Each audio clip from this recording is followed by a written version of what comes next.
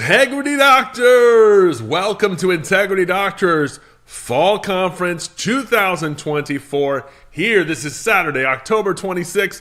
I'm Ryan K Maule, the president of Integrity Doctors, and I am so pumped to be with you today. And I know what you're already thinking. Ryan, you got more hair. Yes, I'm doing quite well. Doing quite well today. It's going to be a good day. It's going to be a good day because we are going to learn. We are going to thrive. And I've dressed up. I've gotten, it's almost Halloween. One of my favorite holidays. You say, oh, Ryan, what do you mean? Yeah, it's my favorite. You offer me free candy for the neighbors. I'm taking it every single time. I realize I was told not to get in that van, but the neighbors are doing it. So it's okay now. It's okay. And I'm ready for this. This is going to be fun. I wanted to dress up. In fact, I've done a little more than dress up for you. I want to start this day off by something I've prepared, okay? Just a little something just for you, okay? All right, here we go. Tale as old as time, true as it can be, barely even friends, then somebody bends unexpectedly. Just a little change, small to say the least. You're a little scared. Your coach is well prepared. Welcome to Integrity Fall Conference. Yes, man, that's right. This is gonna be one awesome day. One awesome day. I'm ready. I think you can tell I'm ready. I think you are going to be prepared. I think you're going to see it. But I want to make sure that I feel part of this day today because I'm here. I don't want to feel like I'm alone at home. I don't want to just feel like I'm in my office today. I want to feel like I'm there with you. So we got to do our picture. Okay? Like we do every year. I want you to gather on the screen. Come on. If you're with your team, everybody up. Get up. I know you don't want to. I know. Oh, you're comfortable now. I get it. Put away the donuts. Just put it down for a second. You can finish it in a minute. Go up to the screen. Gather around the screen. That's right. Grab the best phone in the group. Take the best so we can get the best photo. Let's get this ready. I'm going to pose. Okay? I'm going to pose and take the photo with me. If you're alone, you're thinking this is weird. Try to take it. If it's on the TV, take a picture with me. Selfie. I'm all for it. Let's do this. Ready? Okay. Here we go.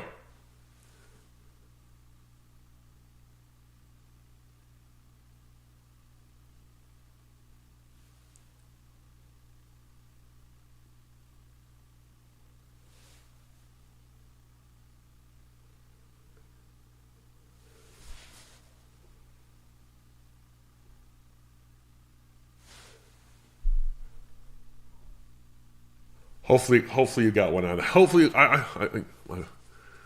my fancy shirt's coming apart here. Hopefully you got it. Now go take those. When you got those photos, please post them. Post them to Instagram, Facebook, X, whatever. Just tag us. Tag Integrity Doctors. Use hashtag Integrity Doctors. That way I can see it. That way you can tag me, Ryan K Maule, RyanKMaule. Tag Integrity Doctors, INTEGRITYDOCTORS. Tag us. We want to see it. We want to know that you're having fun today. Post it in our app. Let us see it. Let us be a part of it. That would be awesome. But I hope you're ready. Are you ready? Are you ready for today? It's going to be good. We do have a coupon code, and it's coming up. I'm going to share it after the first class. We got to get into this thing first. We got to get prepared. We got to get the foundation set. And for that, we have the Integrity Doctor CEO right here, right now. I can see him. He's not dressed up. But I dressed up. I did enough for everybody. Let's just call it that. So this is going to be great. You're going to love it. This is it. Please welcome Integrity Doctor CEO, Mr. Keith Maule. Well, hi everybody, this is Keith Maule, and I want to welcome you to our Integrity Doctors Fall Conference. It's for 2024, and I'm glad you're here. I think you'll be glad that you are here as well. We're going to have a lot of fun. It's going to be very important. It's going to make a big difference for everybody who's listening, for everybody who's paying attention. This is going to make a big difference, and it's going to be lots of fun here. And I want to start out naturally with something that I want you to keep at the front of your mind and the front of your computer and the front of your cell phone. Probably be a great place. It is this. Here's the line I want you to get. Never. Everybody say never. never. They'll say, never be lacking in zeal. Now that's never be what? Lacking in zeal. Now that's just so that you know. You say, well, I've never been, if you've never memorized a verse in the Bible before, this is your first one. And it's a good one.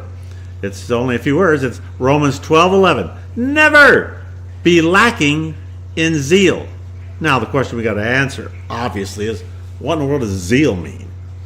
Well, zeal means to have wholehearted passion, commitment, and persistence for a purpose.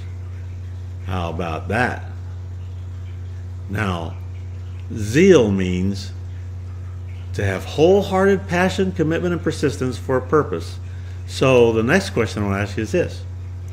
Is zeal something we have naturally, like an appetite?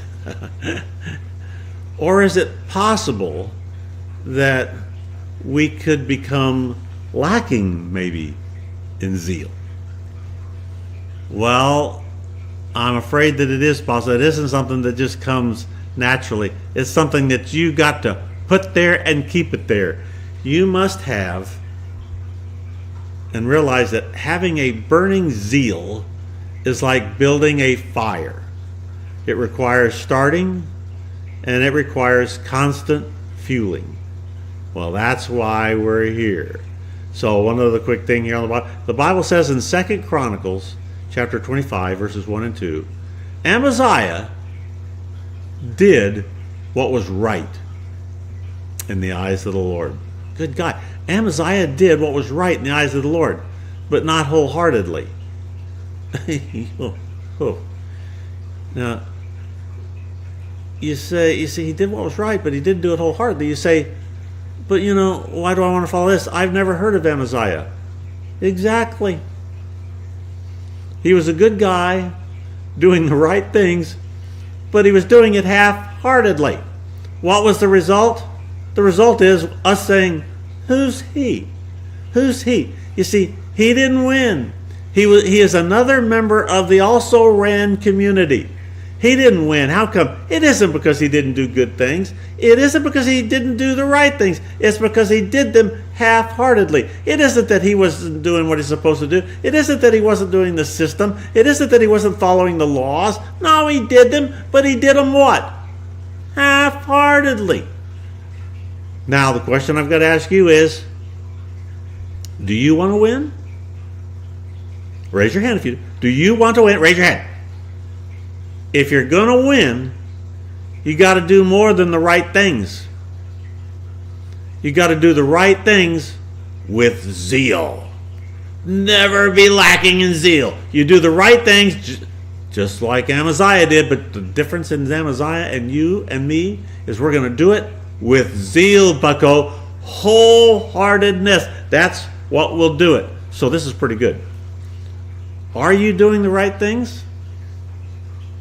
If the answer is no, then we need to do that. We need to get that on track first, okay?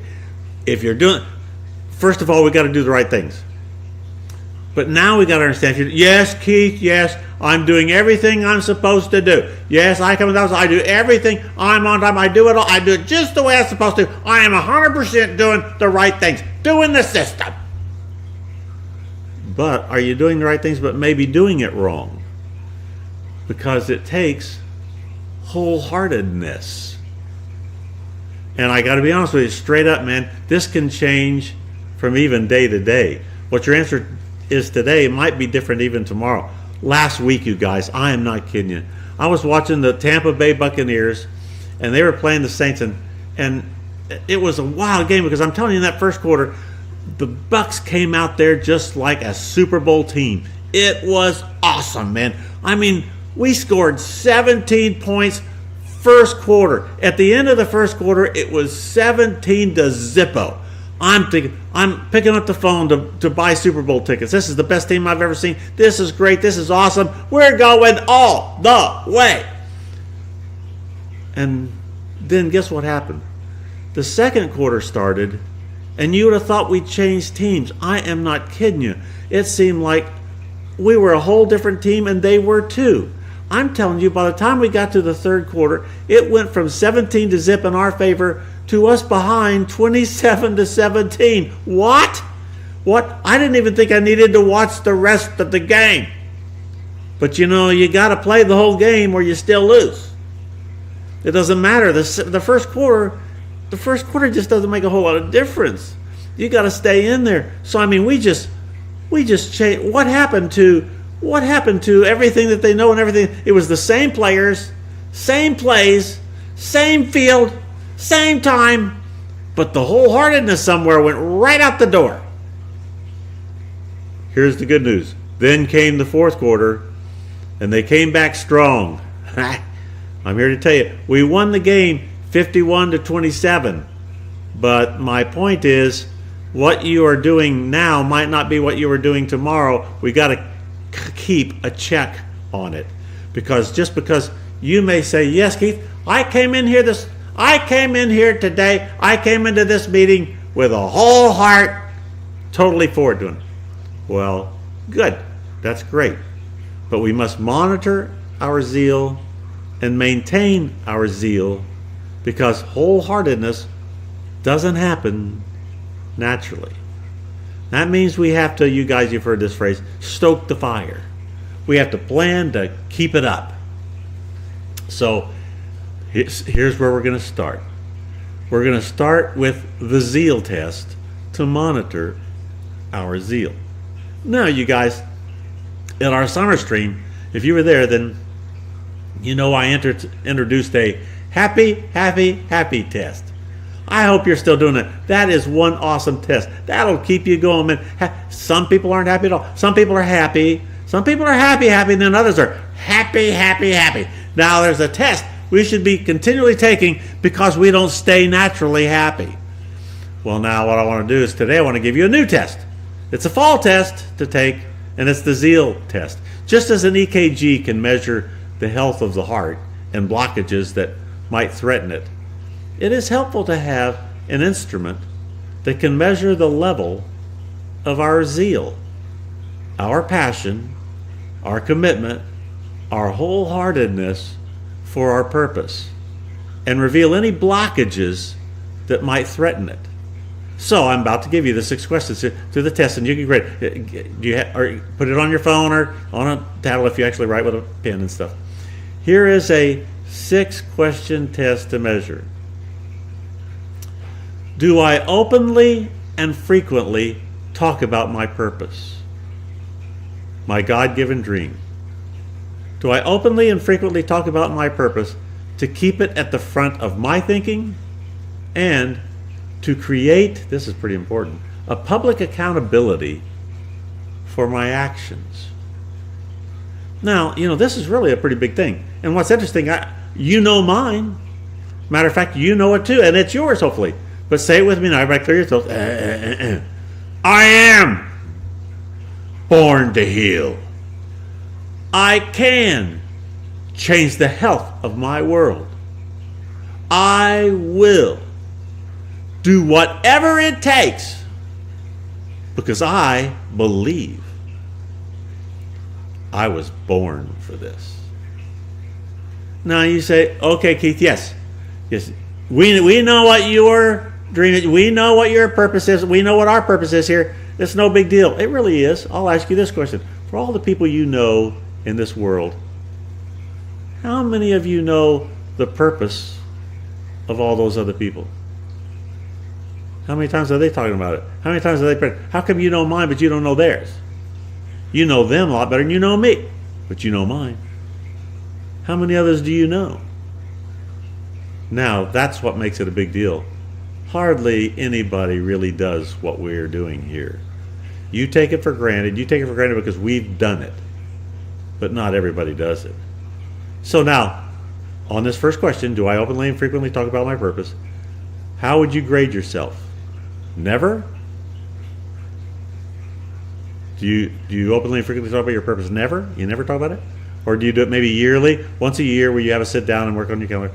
Or is it monthly? Maybe every month you do. Or is it weekly? or is it daily? How often do you openly and frequently talk about your purpose? Question number 2. Do I accept the responsibility to make this God-given dream happen?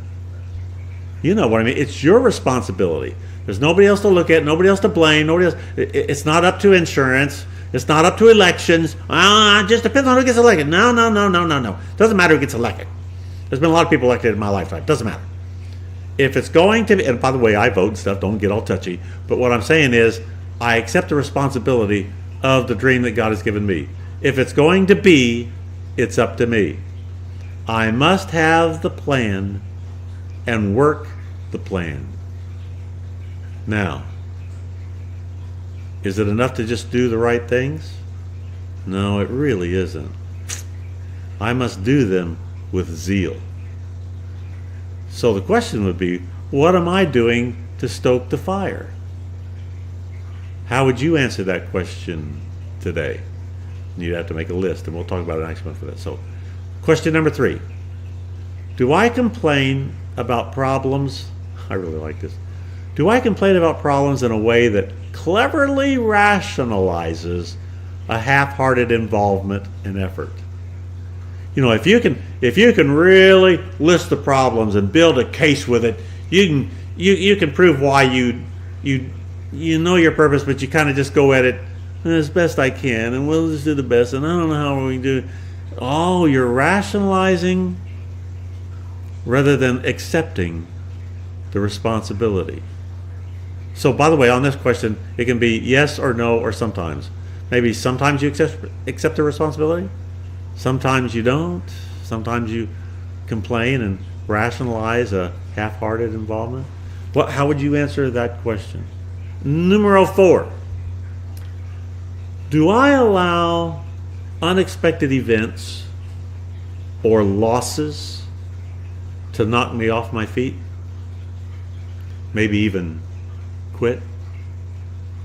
Or am I committed 100% with passion to do whatever it takes? Do you allow unexpected events or losses to knock you off of your feet? Number 5. Do I acknowledge and celebrate every step taken in the right direction with wholeheartedness to put us closer to accomplishing our purpose? Now, see, I think that's a lot of times we don't put the focus on all the steps we've taken that were right. We need to take a bow. Never been to a musical where they didn't take a bow at the end, and they know how to take a bow. Boy, those guys on a Broadway musical, they know how to take a bow. They've even rehearsed how to take a bow. It's an important thing because it stokes the fire. You got to acknowledge and celebrate when you're doing it right, when you did it right, when you won. Celebrate all the. How many times does a team complete a pass or have a great run and do it all and it works and it went just the way they wanted it to? Do you ever just see them say, "Who cares?" Or do they go around jumping up and down, doing a jig, doing the? Well, it's not the jiggy or the diggy or I forget what it's called. But man, I mean, they have even dances that go with it. It stokes the fire. Now, how would you answer that question? Well, I never have really done that. Or maybe you'd answer, well, yearly we stop and take a look at all the good things we did. Or maybe you'd say sometimes. And maybe you'd say every time it happens. What's the answer? And then the 6th final question is, am I honest about my level of zeal? And am I ready to take the steps today, right now, to grow my level of zeal? Where this test reveals I am lagging, because I never want to be lacking in zeal. How would you answer that? Yes or no? Okay. How'd you do? Did it reveal any areas where you might be lacking in zeal? Now, if you're honest, I'm sure it did. The question is, what are we going to do about it? Now that you've taken the test, we need to make an action plan for whatever blockages that your test revealed in your passion and in your commitment and in your wholeheartedness for the purpose. We need an action plan. What are we going to do about it? So let me give you some, let's get an action plan kind of for each question, And here are some suggestions that I'll give you just to get started with some of them. After we get this rolling good, you can do it all on your own, but this will be just a few things that will help you get started with the deal. So on that first question, which was, do I openly and frequently talk about my purpose, my God-given dream, to keep it on the front of my mind and thinking, and to create a public accountability for my actions? Now, how can you raise that level? How do we do it? If you feel like you're lacking there some, how can I do it because I'm not doing it right now? Here's some things. Make a list of who you can talk to about it. Get some prime people that you feel comfortable with. What friends, family, and when and where can you talk to them about it? Let's just make a list of it. Then it gives you something to do, gives you who to do it with, and gives you where you're going to do it. Keep it at the front of your thinking with purpose. Here's the thing. What can you do? I thought about this. I thought this would be pretty cool. You see, some of you come to the conferences with shirts that I love the shirts, and they say stuff like, some of us, around this time, I like World's Best Dad. That's a good shirt. Well, here's the thing. Because when you wear a shirt that says World's Best Dad, it kind of puts the pressure on. It kind of says, well, this is no time to be a sorry dad. If I'm going to be a sorry dad, I need to change shirts, because it reminds me of what I'm really supposed to do. And I would say the same thing about you guys. I would say the same thing about purpose signs around the office. I think it's great to have your purpose. I think, and I think some of you do, but have purpose signs around the office that just reminds you, oh yeah, because then you have to be this servant. Then you have to be grateful. Then and you start putting out these purpose things, and when it's there in front of you, it's a good reminder because it keeps you accountable. I would have your purpose just like I do, as you know, because you read it every time you're with me. I would have it written out, your purpose. What is the God-given dream? Written out. And you can, by the way, I want you to have mine. I want you to take mine. I want you to know mine. I want you to do mine. But you can mess with it. Here's another one on the second question. Do I accept responsibility to make this God-given dream happen? Now, instead of making a case for why you can't do it or why it doesn't work, unless someone or someone else does something, it's their fault. They haven't done it, and until they do this, then I can't do that. Make a list of what you can do because you're going to take responsibility. Make a list of what you can do to stoke the fire. So here's some suggestions, for instance. Watch some inspiring movies or programs of people who have lived out their purpose and overcame all odds to do it. That'll stoke it. That'll be good. Listen and watch the videos on the Integrity app that talk about these type of things and will inspire you to do it. You got to keep stoking the fire. You've got to accept responsibility by mastering the procedures. And that means don't obey them. Don't just obey them, own them. Dr. Doug taught us this in the Super Saturday live conference in Dallas. It was awesome. If you have not heard that, go back and listen to it about once a week for 6 years. He talks about the importance of owning the system. Mastering requires owning it. You will never work with zeal. Did you hear that? You will never work with zeal if you are only doing it because you have to. Now come on, all of you who are parents, how many of you have ever told your kid that, I need you to do this. Hey, I need you to go and do this. And they say, do I have to? Now what does that tell you just right off the bat? How much zeal do you think they're going to do whatever you're having them do? I mean, honestly, this is not a jumping up down thing. No, I have to. You know that you're about to have a real cruddy job done of whatever it is that you're asking them to do, right? Because if you don't own it, you will kill it. Which could also probably be the goal so that maybe they won't ask you to do it again. What is the right thing to do? Change the way you see it. You are not being made to do something. The system is not on the opposite team or side as what you are. The system and the team are one and the same. This is so good. I'm sure you're getting it down on your phone. And the system and the team are one and the same. This is not a matter of wanting to do it one way and being forced to do it another. That's not taking responsibility. That would be the definition of half-hearted. No, you perform the procedures with zeal, passion, commitment, and wholeheartedness. And to do that, you must own the procedures, own the system. It is you. You accept responsibility by working the system. It removes the chaos, you guys. It brings calm to your work. It eliminates the stress and the wear and tear. It provides consistency. It makes zeal possible. So why in the world would you resist it? It enables everyone else to know what you are doing and when you will do it and how you will do it. Now in football, the quarterback needs to know where the wide receiver is going, and everybody needs to know the play so they know what to do.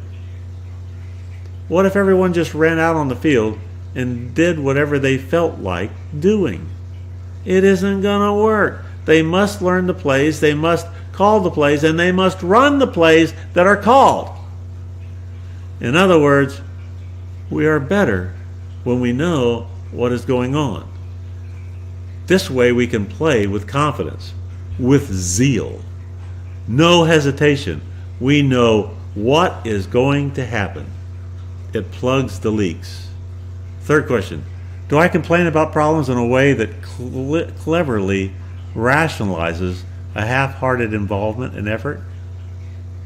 Now, that's saying things like, well, we can't find anybody to do it. Nobody wants to do this. We can't find any doctors. We can't find anybody that wants to do this. Nobody wants to be the... Or we say things like, well, ever since COVID, boy, I'll tell you, ever since COVID, you can't find anybody who wants to work. You can't ever find anybody who wants to do anything. You can't find anybody who wants to leave home. And there's another one I get to hear a lot. Oh, and insurance. The small reimbursements. We just don't get... I can't practice with these kind of reimbursements. Oh, here we go. Not taking responsibility for your God-given dream. Now, let me give you a quick example straight from... I want to talk to you about a little boy, a story that you're very familiar with. Jesus was out, and there was a crowd of 20,000 people there. 5,000 men, 20,000 people. There was 20,000 people all here. Now, think about 20,000. 20,000 is a real good attendance to a professional basketball game or a professional baseball game. I mean, that's a ton of folk, man. Try to picture 20,000 people. And he turned to his disciples and he said, these people are hungry. What do we have to feed them? There isn't any cafeteria or nothing. What do we have to feed them? Well, I'm telling you, one of the disciples then said, well, they're looking out over 20,000 people, and how are we going to feed 20,000 people? He says, well, there's a boy over here that has a lunch. Why don't we give him that? We'll give him his sack lunch. You guys, don't haloize everything. He was kidding. He had to be kidding. He thought that was the most ridiculous question in the world to ask. What do you mean? What are we going to feed this huge, massive crowd of people? I think they said it as a joke. But surprisingly, Jesus said, yeah, that'll work. Bring it to me. Bring me the boy's lunch. That'll work. Whoa, can you imagine their feelings? Now, imagine them now going up to the little boy to ask to give away his lunch. Now, I don't know. Here's the amazing and impressive thing about the story for your inspiration. The boy just said yes. He didn't point out the obvious problem that his lunch couldn't feed 20,000 people. He didn't even try to make a deal. Now, that's pretty surprising. See, now I know with my grandkids, if I even try to take a French fry off their plate, oh man, just try. And there's sometimes I say, well, I don't think they're going to eat this. And I reach over there and I eat something that they have almost proven that they're not going to eat. And I mean, 1 minute later, if it's like that long, I'll say, hey, where did I wanted that. And I didn't think you wanted it. You hadn't been eating it. And, this boy didn't even try to make a deal. Well, okay, you can have one of my fish, but I'm going to keep the rest of it. Or, I'll keep the fish and you can have all my bread. Now, He didn't do that. Without hesitation, he gave all of it. All of his lunch. That's pretty impressive. He gave the only lunch he had, all of it. And there's no record of him asking for anything in return. He made no demands of, what will I get? I'll give you this if you give me that. No, there's no mention of crying. That's a biggie, isn't it? No mention of complaining. What? Or hesitation. Nope. He had zeal. He knew somehow that it was the right thing to do, and he did it. Wholeheartedly. He gave him all he had. There was no arguing with Jesus that this was all he had, and it wouldn't be enough to feed the 20,000. Now that's an important little statement, because here's something I want you to write down. He somehow knew God would take what he had and make it enough. He somehow knew that God would take what he had and make it enough. Do you have enough to fulfill the dream and purpose that God has given you? I know it doesn't look like it sometimes, but God will take it and make it enough. Wow. This is how you handle question number 3. One more interesting thing, though, that I want to point out. We don't even know this boy's name. He got no credit. Phew. I am sure nobody came around and said, wow, kid, thanks for giving your lunch. No. No award was given. Come up on the platform here, young man. Come up on the platform, Jesus said. And they said, this boy gave up his lunch for... No, that didn't happen. But we do know the result of him giving everything he had. Jesus made it enough to fulfill the purpose. He fed all the people. And guess what, you guys? You know who also got more lunch? Got more back than what he gave? You know what? The boy got his lunch back, plus some. You can be sure that boy ate well. Oh, this is really good. Now here we are over 2,000 years later, and we've all heard this story, and we're still telling the story. So, don't rationalize your lack of zeal and half-heartedness by complaining and proclaiming that you haven't been given enough, or you just need these people to do this and it's all their fault, or it's that insurance, or that's whatever. Give it all, bucko, whatever it takes. Now, number 4. Do I allow unexpected events or losses to knock me off my feet? Maybe even quit? Or am I committed 100% with passion to do whatever it takes? Unexpected events, here's one thing I want you to know. We all have them. And they can knock us off our feet if we let them. Do you ever let them? How do you handle unexpected events or losses anyway? Why does this matter? Because hurricanes happen. That's why. And hurricanes can rob us of our zeal. Now, boy, this has been a month. That's all I can tell you. Now, I want to start out by saying this. Florida's a great place to live. Hundreds and hundreds of miles of white sandy beaches. Lots of beautiful lakes with awesome fishing. Year-round warm weather. And green landscape with palm trees galore. And the best golf courses in the country. We have 3 NFL football teams. We have 2 Major League Baseball teams. We have 2 NBA basketball teams. We have 2 world champion hockey teams. How many states have all these things? And everybody knows we are the home of the happiest place on earth. We have Disney World, Epcot Center, Animal Kingdom, Disney Studios, Downtown Disney. We have hundreds of water parks. And of course we have Universal and Adventureland. We have NASA. Honestly, there are too many tourist attractions to even name. But that's not all Florida has. And it also is a fact that hurricanes happen here. Now, in the past month, you guys, it's true that we've had 2 hurricanes in our area. Just just within only 2 weeks apart. Had I planned on it? No. Now, forget about the fact that this hasn't happened in our area for over 100 years. It doesn't matter. I have never seen anything like this. So it isn't quite as common as you would think as people talk about it now. But when it does happen, I'll tell you, it hurts. Ugh. There will be rebuilding and replacing for years. We won't just get over this. We won't have it cleaned up in a week.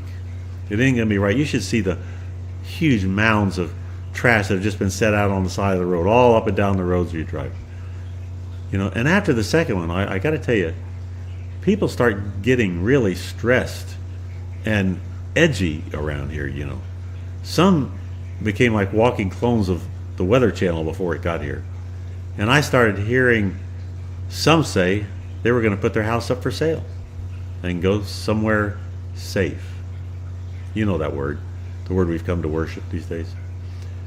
Just for fun, though, I want to ask you, look at all the list of things that I gave you the way I started this thing. Look at that list again of great amenities in Florida that nobody has to offer. Nobody can say what I just said about them. And all you have to do is ignore all those things so that you can focus on the 2 hurricanes. One other question. I wonder how many of the Floridians who are overwhelmed with the storms, how many times have you ever heard them overwhelmed at all the great things we have in Florida when we haven't had a hurricane? I try to live by a mantra that simply says, I'm never down. I'm either up or I'm getting up. So right now we're getting up. So how do you handle unexpected losses? Keep your focus on all the gains. Count your blessings instead of sheep. So, another thing that I got to ask you about, okay, put your house up for sale. Quit. Go ahead and quit. Where are you going to go? In business and in life. When you hit storms, and all businesses have, every place has their own version of storms. Every state does. Every state has their own version of storms. Snowstorms, tornadoes, flooding, ice, wind, rains, all the time. Earthquakes, mudslides, fires. If you have found a place that has no storms, you guys, no hot weather, no cold weather, all good, and no dangers, nothing but good can happen here, that could only mean one thing. You're in heaven. Until we get to heaven, we are going to have storms and stuff. You have to accept the fact that hurricanes happen. And I'll tell you this, every job has storms. Every business has seasons. Every clinic has storms. But where are you going to go and what are you going to do that doesn't, you guys? Here are some of the solutions that you've probably already tried when hit by your own hurricane. First one, solution number 1 is usually to quit. Now you think if you quit, your stress will go away. We'll quit doing this, we'll stop this, we'll get rid of it all, get this, I'll sell this. Now you think your stress will go away. Whoops. Wherever you go will have its own set of storms, bucko, and stress and pressure. Maybe different types, but still storms. And, stay in bed. That's another solution. Say that you could just stay in bed where it's safe, Just stay under the covers, man. Stay at home. A lot of people have done it since COVID. They just stayed at home. You'll get bored with it, you guys. It may sound like a solution, but it gets boring quicker than you think. Third choice is usually to make everybody else's life miserable by you crying and complaining to them about how unfair life is and this isn't right. Blah, blah, blah, blah. You think griping about it and rehashing it over and over again will make you and them feel better? You think that's going to work? You're going to feel better now? Do you ever feel better after that? It never works. So listen to these 2 realities, you guys. It's really important to get a hold of. Quitters don't win. You said at the beginning of this class, you want to win. Well, get this. Quitters don't win. Listen to the finality of that statement. They don't win ever. There's no middle ground. You quit, you lose. You are a quitter, you are a loser. What do you think of that? We'll give you a second part of it. Winners don't quit. Are you a winner? Then your decision is made. When faced with a hurricane, you don't quit. So what should you do? Keep doing the right things with zeal and stoke the fire by celebrating every step taken in the right direction. Take your eyes off of the storms and celebrate living in the happiest place on earth, the middle of your purpose. You see, right now, after 2 hurricanes, I'm shocked and thrilled that I even get to be here. I'm thrilled that I have electricity because I haven't for 2 weeks. I'm thrilled that I have water because I haven't. It's pretty nice, but I even went yesterday to get gas. Just drove up and got gas. Unbelievable. No. Living in the happiest place on earth, keep your eyes off the storms. Keep taking the zeal test for living and working with a whole heart. Now, you guys, I've given you what I feel like will be this. I want you to keep taking this test. I hope you could have written it down and start making your own. This gets you going. I gave you action steps, but this gets you going. You can do this. I'm glad. So what are we going to do? We are going to never be lacking in zeal. Okay, you guys, let's take a break so that we can think about this and discuss it. Talk to you later. Wow, that was awesome. Thank you, Keith. What a tremendous way to start the morning. And I don't know about you, but I'm feeling a little more zealous already. I mean, this is a day. I love these things. These are so much fun. You get to sit in your own comfy chair that you pick out, and you get to watch and learn and take all of this in. And I think we can all agree that Keith went straight beast mode in that class. Come on, give me credit. That was a good one. There's more where that came from. Just be prepared. It's gonna happen probably most of the morning. So this is a day, man. I'm so pumped. I love this. This is one of my favorite days. I love doing this. And if you know, and you've been on one of these before, you know that every year we have a live stream. Every time we have a live stream, we offer a special coupon code where you can get it into our member store, and you can order a report of findings package. You can order the wellness report packets, and you can get a special deal today only. Today only. Only works today. Doesn't work tomorrow. Doesn't work Monday. Only works today. Didn't work yesterday. Doesn't apply to something you ordered this week. Only applies to today, because I come up with this right away. I come up with this in my head, and I think, you know what, I should do it. And I'm feeling inspired right now. You ready for this coupon code? You ready for this coupon code? Coupon code for today only to get 24% off for 2024. 24% off. We are going to have the coupon code all lowercase, all one word. Beast mode. That's right. Beast mode. I mean, why not? BEASTMODE. Beast mode. That's your code. Enter that, all one word, all lowercase, and you will get 24% off. Go. You got 10 minutes now. We're going to take a 10-minute break. We're going to be back with another awesome class that you don't want to miss. Make sure you're here. It's going to be great. Let's do this.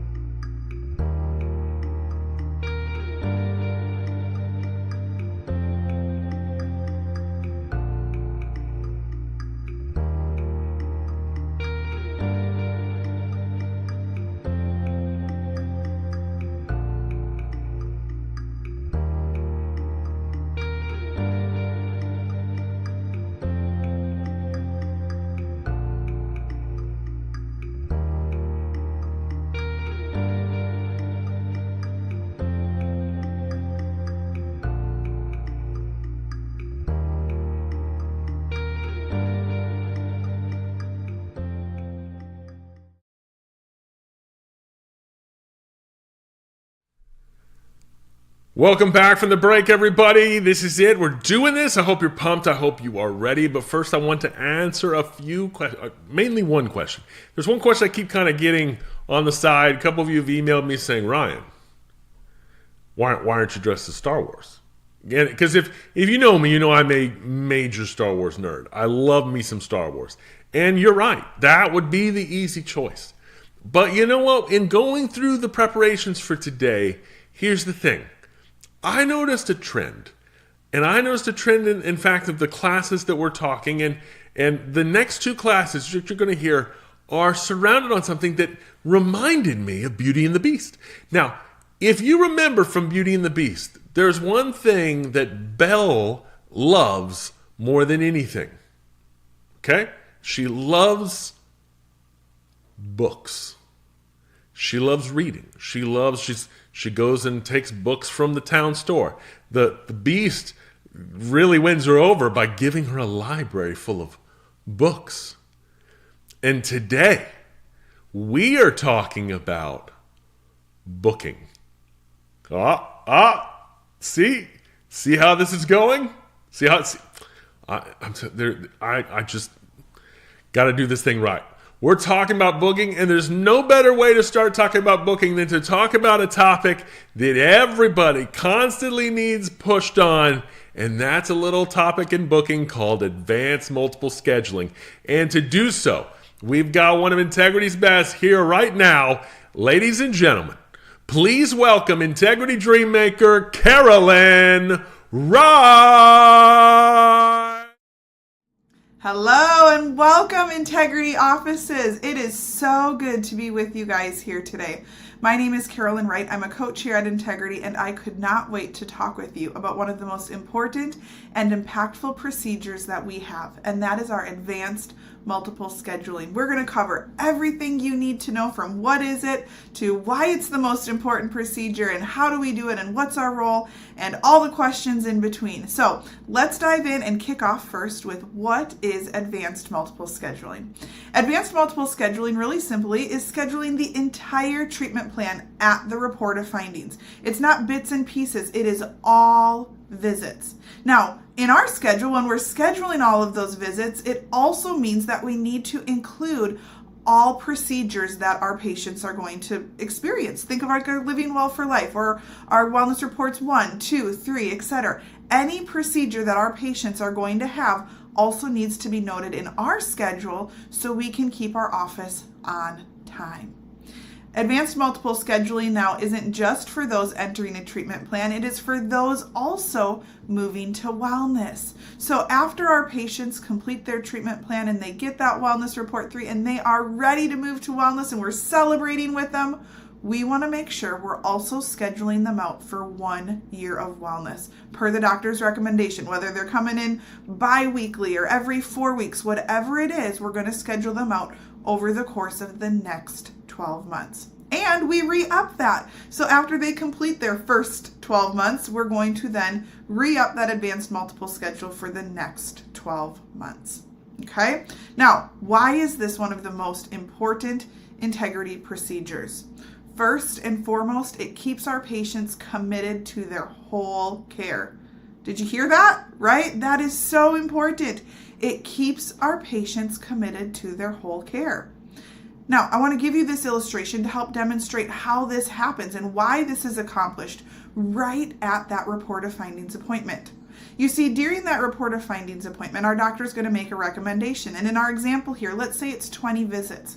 If we're only scheduling out 5 or 10 visits because they don't know their schedule or something for whatever reason they share with us, as treatment starts to progress and they get further and further away from that report of findings appointment, they're going to start to forget what was recommended or how many visits have they done, how many are left. They're not going to be able to remember where they are at through that process.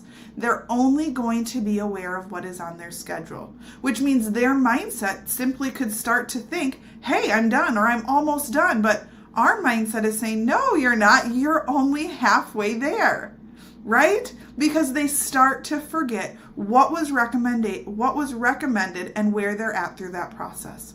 As an illustration, I could not help but think of this situation that I experienced with my kids. You see, we live about an hour and a half away from the kids as grandparents, and we have taken that hour and a half trip hundreds and hundreds and hundreds of times. And for those of you who have kids, you know that any road trip that you're taking, short or long, pretty soon it's like every 5 minutes they're starting to ask, are we there yet? How long do we have? Oh, my butt hurts. I don't want to sit in my car seat anymore. Or I'm bored, right? They start to bring all this stuff to the surface. And I'm like, kids, like we have taken this trip 100 times, hundreds of times. We know we've got a little bit of time yet. I mean, they start asking that and we have barely left our driveway, right? So we have started to lay out, what does the journey to Grammy's house look like? We leave our driveway and they're so excited. They know the destination before we did this, right? They're excited. We're going to Grammy's, but very quickly into the drive, they start to question how much time is left. Well, we've reestablished what this trip to Grammy's house looks like. So we leave Bloomer. We drive through the city of Bloomer first. And then we're in some backwoods, Northwoods, Wisconsin. So we take some back roads and we're going to hit our first town called Cornell. And then we drive through the town of Cornell and we hit our next town called Gilman. We go through Gilman and we have one set of stoplights on our entire trip. And that set of stoplights means we are 5 minutes from Grammy's house. And it is like a party. It is a celebration in the car because my kids know when they see those stoplights, it means we're almost there. You see, this illustrates exactly what our patients experience. Before we were able to lay out, like first it's Bloomer and they think, okay, so now we just have Cornell and Gilman and the stoplights left. Okay, now we went through this. Now we just have Gilman and the stoplights left. They knew what to expect. They knew how much time was left and when we were almost at that finish line. Before we did this, we could have been in the car for 5 minutes or 50 minutes. And it's like, how much time is left? What do we have left? I'm bored. They didn't know when to expect to reach that finish line. And you guys, that is why our advanced multiple scheduling is so important. They know what the finish line is when they come to us. They want to get well. They're excited about that. But if we don't have it laid out for them, if we don't have it pre-scheduled for them, they start to wonder, well, how long is this going to take me? I feel like I've been doing this for a while. What's up? What's next? How do I know I'm getting to where I need to be? Because they can't see the end in sight. We have to make sure that all visits are pre-scheduled and they leave that report of findings with all 20 visits in place given to them. Okay, it is so important. Next, it establishes our appointments as priority. Okay, we live in a time of very busy lives and busy schedules, and it is so easy to lose track of what kid has this appointment or that appointment or this after school activity or this field trip. Or, for me, I'm thinking, man, this one needed money for a book fair this week. I needed to remember to send in a pumpkin. I needed to remember that it's the craft night. I mean, our lives are busy and there's so much noise and so much commotion around our schedules. We need to make sure that commotion, that noise does not drown out the importance of these visits. When somebody has something on their schedule and they say, hey, are you able to do this on Thursday evening? And they open up that schedule and they say, well, I have my chiropractor appointment at 3:00, so I could do it anytime after whatever, right? So it helps us to prioritize these appointments. Again, as a mom with kids now in school and all these different schedules, it's like, give me all the important dates the first day of school so I can put those into my schedule. Same thing when I was pregnant and expecting. I remember going in at my 8-week appointment saying, please give me all of the known appointments that you need me for. Put them all in the schedule. I want them all, preferably after work, which helped me prioritize and get the time that I wanted that fit best in my schedule. These appointments, these activities, they're important to us. Our chiropractic appointments should be, and we want them to be, important to our patients. And to help set that priority, to help set that importance, we need to make sure they are in their schedule. Okay? So first, it's important because it gathers the commitment to the whole plan. Next, when they've got that whole list of schedules, it establishes our appointments as priority. Third, patient recovery. I know we have the best intentions to be diligent with missed calls or patients who are canceling, but things happen. And this Advanced multiple scheduling procedure can contribute to less drops because if you think about it, we have a safety net, right? We know that they've got a future visit on the schedule. So if for some reason, which we don't want to happen a lot, right? But some reason they slipped through the cracks and they didn't get that appointment rescheduled, we know that at the end of the day, they still have that next visit in place for us. So again, it allows for less drops, less recalls, less reactivations because we can gather and connect with that patient through this process. And lastly, control of the schedule and front desk traffic. You guys, optimizing your clusters is so easy to do when you've advanced multiple scheduled, right? So if your office schedules 3 patients every 15 minutes and this cluster has 2 and this one has none and this one has 1, it allows us to easily lead our patients to better fill those clusters and thus optimizing our schedule. It also creates less time and less of a bottleneck at the checkout because we're not haggling like, what about this? What about that? How about early? How about later? Well, what about the following week? Because they've already prioritized these appointments. They've put them in their schedule. It's just a confirmation. And last but not least with this, it helps to ensure that they're getting the appropriate appointment. We're not forgetting to notate that their next appointment is the Living Well for Life or the Wellness Report 1. We've pre-scheduled where those things need to happen. Very, very important. Again, controlling the schedule and the flow in your office helps immensely with our patients. Okay? So, we know why it's important. Now, doctors, what is your role with this? Because you are the leader of our advanced multiple scheduling. You are the one that kicks this off. You take the lead. You doctors are going to take either the CA to the patient or the patient to the CA. It is an exchange between the 3 of you, okay? And in front of the patient, you are going to tell the CA to schedule out the treatment plan you have discussed. Okay, you gave the patient, right, our report of findings. You listed out what their treatment plan was. You are now just setting the expectation. Patient, CA here, is going to schedule this out for you. Okay, it's very easy. It's very simple, but doctors, you have to lead this. You're passing the authority to our CA to put those visits into the schedule. And CAs, staff, what's your role? You say, okay.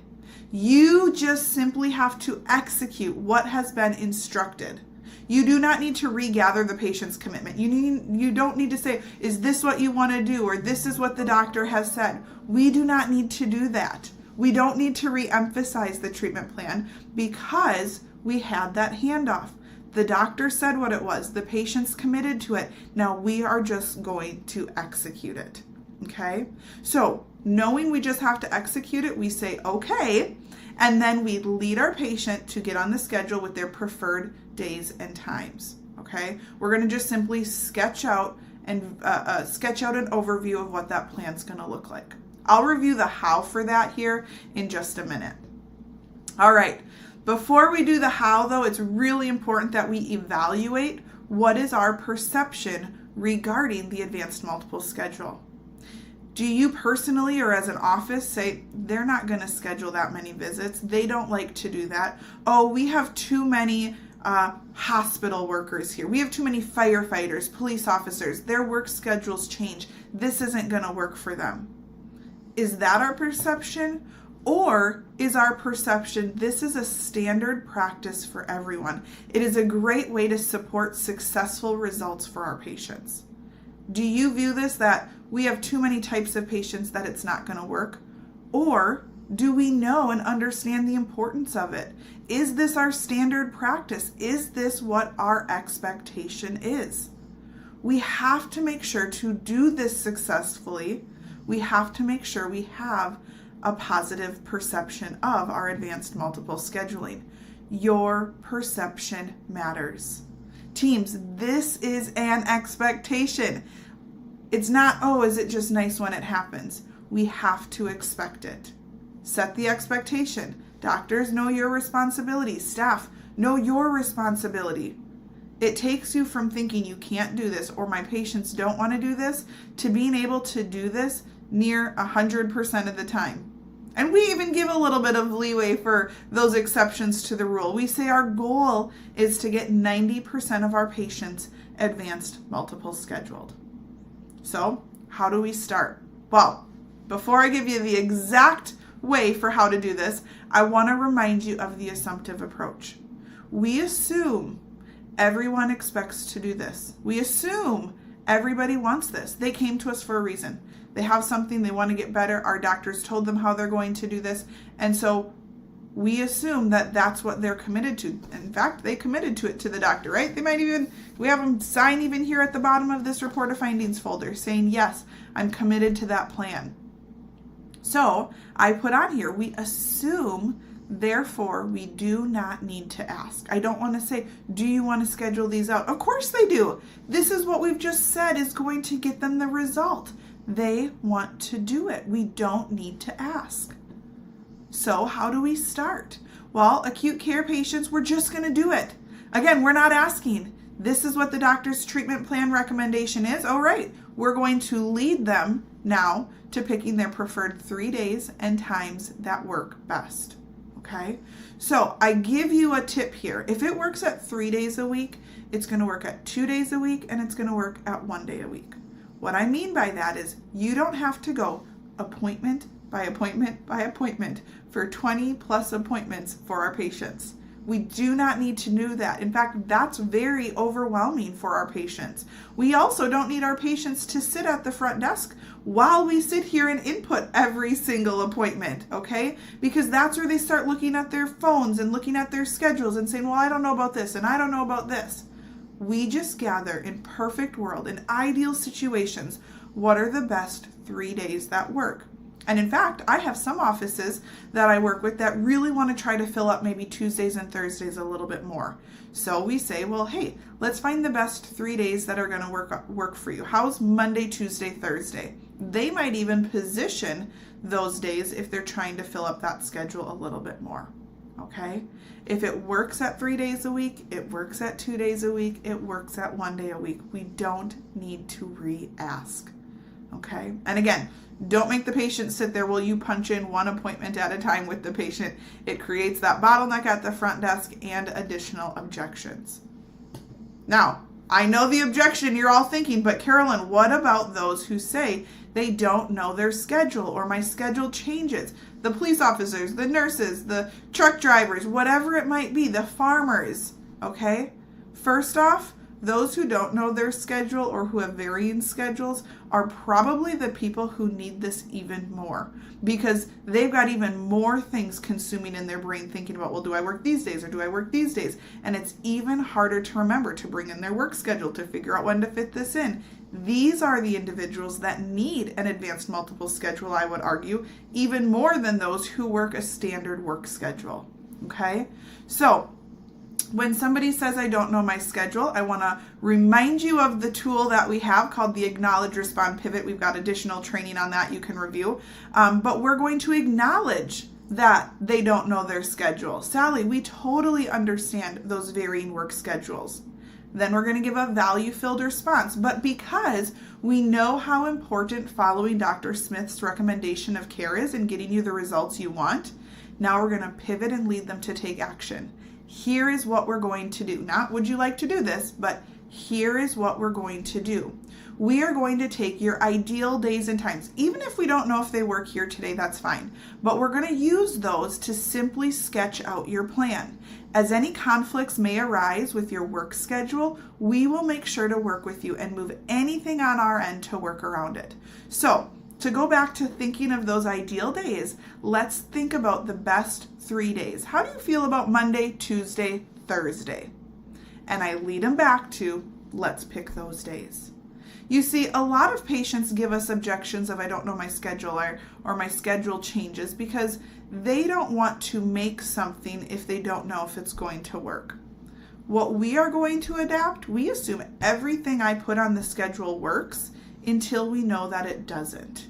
I am fine moving something, but Not putting it on the schedule means they're not committed to it, means they maybe have the intentions today that they're going to stick to that treatment plan, but in 5 or 10 visits from now, they're starting to forget about what that treatment plan was and where they're at, and they're maybe starting to lose sight of that finish line. We make sure they leave with all visits on the schedule, okay? So, next up, how do we do this with wellness care? Right? Acute care is easy. It's all new patients moving forward. We're just doing it with them. Wellness patients looks a little bit different. You might say, hey, Carolyn, we have an office of 3, 4, 5, 800, whatever it might be, wellness patients, and we haven't been strong in this procedure. What do I do? Well, again, I want to give you a quick reminder, that assumptive approach. We assume everyone expects this. We assume everybody wants it, and therefore we do not need to ask. Team, if you have 800 wellness visits a month, and I were to say how many are on the month of January, and you tell me that there are 30, 40, 50, right? A very low percentage compared to what we're seeing. Here's what I know. I don't need to ask.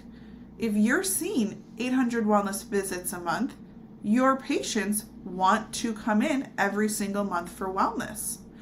I don't need to ask if they want to come in every month. They're showing me that they do, right? So it's safe to assume if they've been coming in for the last 2, 3, 4, 5, whatever plus months, they want to continue that journey, okay? So we're going to think of this in 2 phases with our wellness patients, right? Because these are existing patients. These aren't new. So the first step we want to do is identify how many wellness patients and visits do we have. So let's say our baseline is 800, all right? Now, what did I just say? If they've been coming in, we can assume they want to continue coming in. So the first phase of doing this is sitting down and scheduling out their visits. You don't even necessarily have to tell them yet. That's going to come in here in phase 2. But the first step is just doing it. So look at your schedule for this afternoon. What wellness patients are on that schedule? Are they scheduled out? Yes or no? If not, go ahead and schedule them out. And in fact, I would right now today, if I were doing this, I would get everybody scheduled out through December of 2025. Why would I do that? Very simple and easy. I know that baseline of 800 people, I can feel confident that every single one of them has all of their necessary visits that they need for 2025. Well, Carolyn, what happens if they get reheard and they need to go back into a treatment plan? Well, that's fine. Then we can move them back into that treatment plan. Okay? I'm not worried about the what ifs.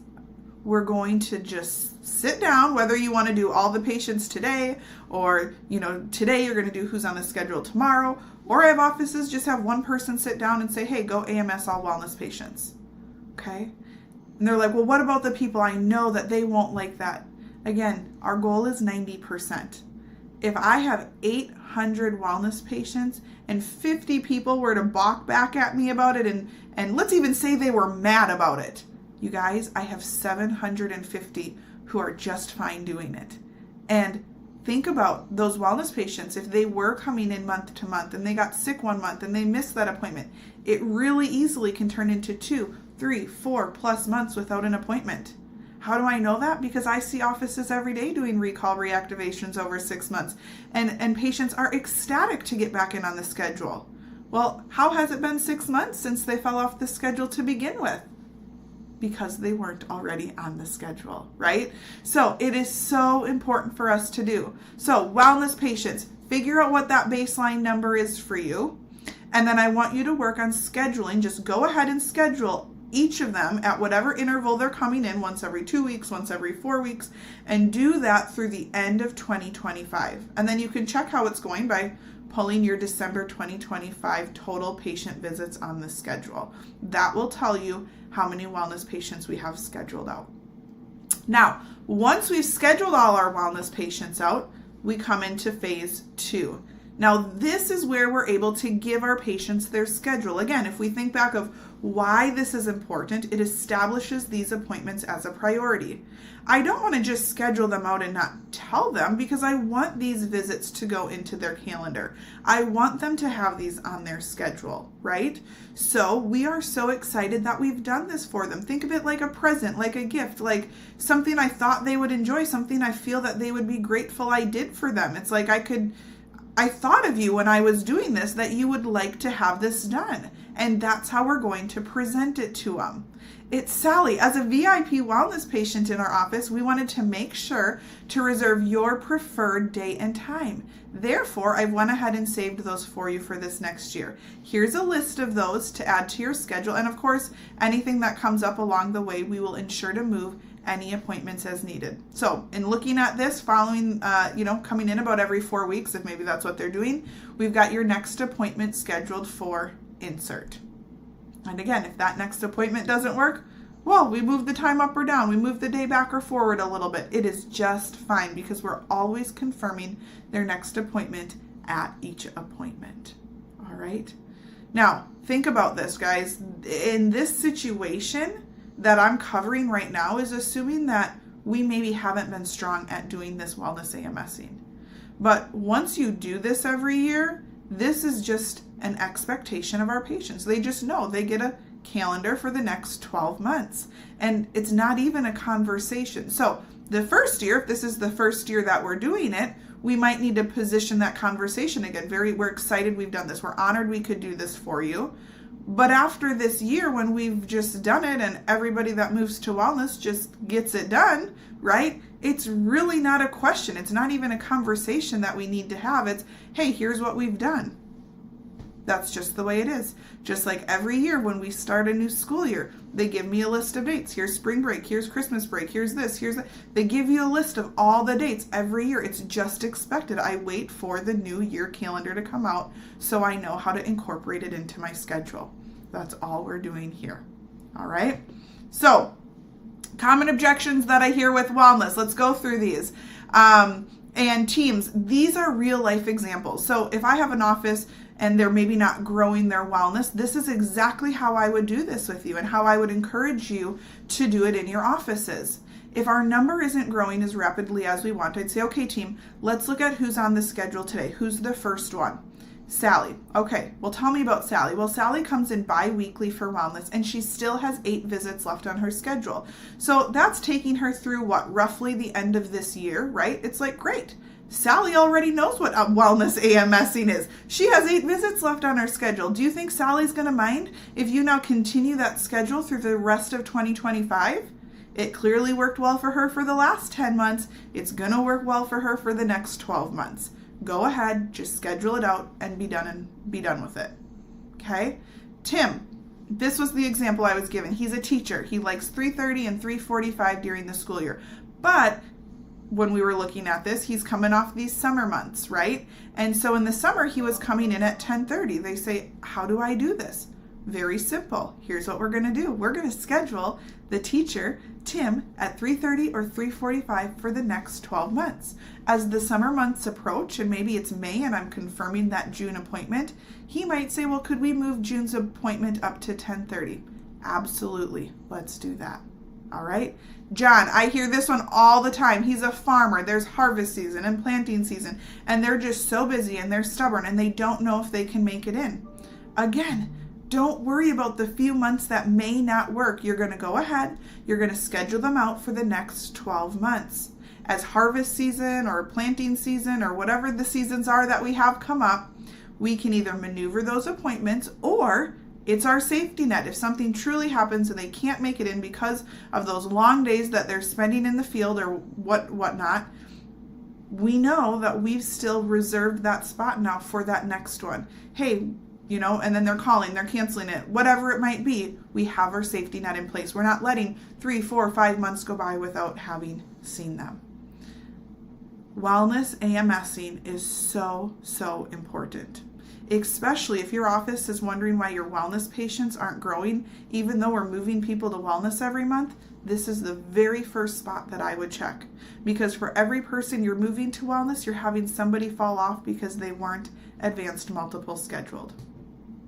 So here's what our homework is today. Here's how we're going to wrap this up. First, if you're wondering how is my office doing at advanced multiple scheduling, we're going to do these simple steps. The first one is, I want you to say, use the month of September, or we're almost done here with October, use the month of October and look at how many reported findings were completed and how many of those were fully AMS'd. Again, our goal is 90%. So take a look at that. If we're not there or we're far off from that, we're going to have to set some action steps to growing that. Okay, how's our wellness advanced multiple scheduling? Well, I would probably go out and look at the month of January 2025. Some of our offices might have treatment plans already starting to trickle into the month of December. So in January 2025, run a report. How many patient visits do you have on your schedule? Okay, again, you just can look at total patient visits because there's no wellness visits scheduled out that or there's no treatment plan scheduled out that far. So patient visits is wellness visits at this point. All right. So whatever that total is, compare that to where you ended the month of, let's say, September with, right? Our most recently completed month. And what is the difference? Our goal is we should be scheduled at about 90% out. If we're not, let's take a look at that. What do we need to adjust in the office to implement this successfully? Is our acute care AMSing low? Do we need a better handoff staff? Are we maybe asking if they want to schedule this out and we need to change that verbiage? Maybe that's looking good, but our wellness visits, they're not getting AMS'd out. Why is that? Are we not doing, again, a good handoff for scheduling out 1 year of wellness? Do we just need to sit down, schedule it out and do it and be done with it, right? We can set the action steps to changing this, but teams, this is one of the most important and impactful procedures we have here at Integrity. So making sure that we do this sets our priority to our patients in making sure they're completing those visits. It gets them committed to their whole care, and it helps reduce drops. It is a game changer in our offices, and I know that because I get to see it every single day in offices who weren't doing it, who have now implemented it successfully and continue to grow and hit records. And teams, I want that for every single one of you. So I want you to evaluate your advanced multiple scheduling. Look at it on the front end and look at it on the back end. If we're not around that 90% mark, I want you to set some action steps as a team and check on this regularly in your next couple of staff meetings. Incorporate these conversations to make sure we're seeing the progress that we want. And of course, for our offices who have our team manager program, please take a look at this with your team manager. Let's make sure we're hitting those benchmarks.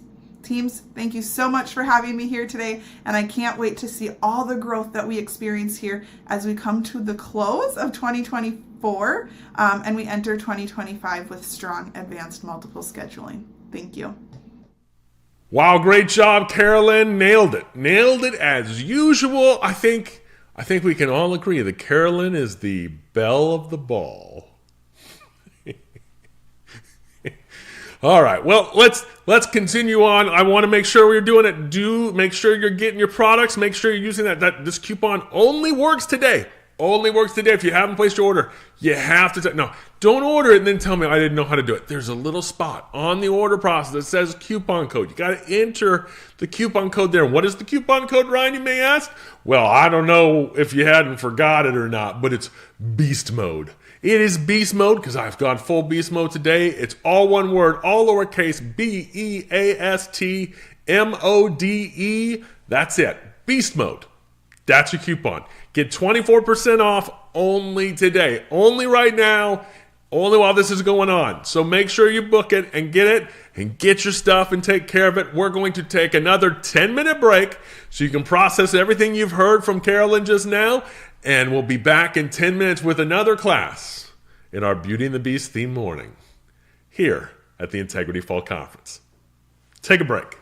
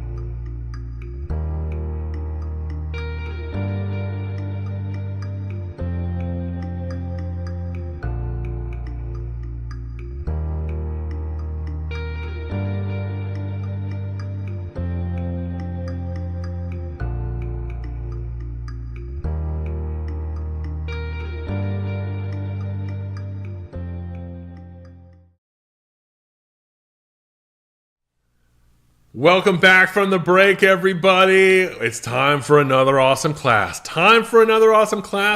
So here's what we're going to do. I'm going to invite you right now to be our guest. Be our guest. Put our system to the test. We're going to be our guest for another class on Belle's favorite books. And this next one is a little thing we like to call block booking. And this one you're going to get a ton out of. I know you're going to love it. It's going to cover everything to master block booking. So give it up for Integrity Dreammaker, Dr. Doug Sullivan. Well, hello, everybody. Dr. Doug Sullivan here. So excited to be back with you for another live stream conference class. And this is a bit of a first for us as well. Our first ever live stream fall conference. So I thought I'd get into the theme a little bit. You know, we always seem to be doing these around the seasons, and we have the summer live stream and we have the winter live stream. Well, here in Wisconsin, fall means that the weather's getting a little chilly. Leaves are turning beautiful colors, and, time to get out the flannel shirts. And I figured I'd pull out my favorite fall hat for you today, too, so we can just all be in theme. So, I don't know. What do you think? A little bit of Elmer Fudd to it? Yeah, we're going to roll with it. Okay, so I got to dig right in because I got a lot for you, and I'm excited to get it rolling.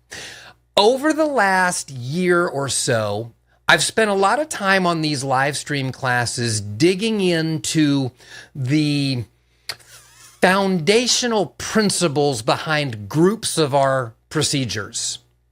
Going to go a little bit different direction today.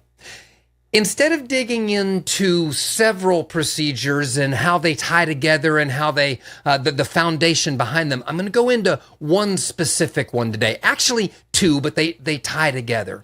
And this particular procedure really is going to make a difference as to whether or not you have a blissful day that flows with lots of fun and you can serve lots of people, or you have absolute chaos going on in your office. So the title of my class today is Traffic Flow or Traffic Jam. It's completely up to you. So, seeing as how we're talking about traffic to start with, let's talk about road trips for just a minute. How many of you are road trip families? Yeah, you like to go on road trips, get everybody together and drive to wherever you're going? Man, it's the way our family's done vacations for lots and lots of years, because to be quite honest with you, it gives me heart palpitations to think about getting on airplanes with all my kids and being contained in a closed tube for that long.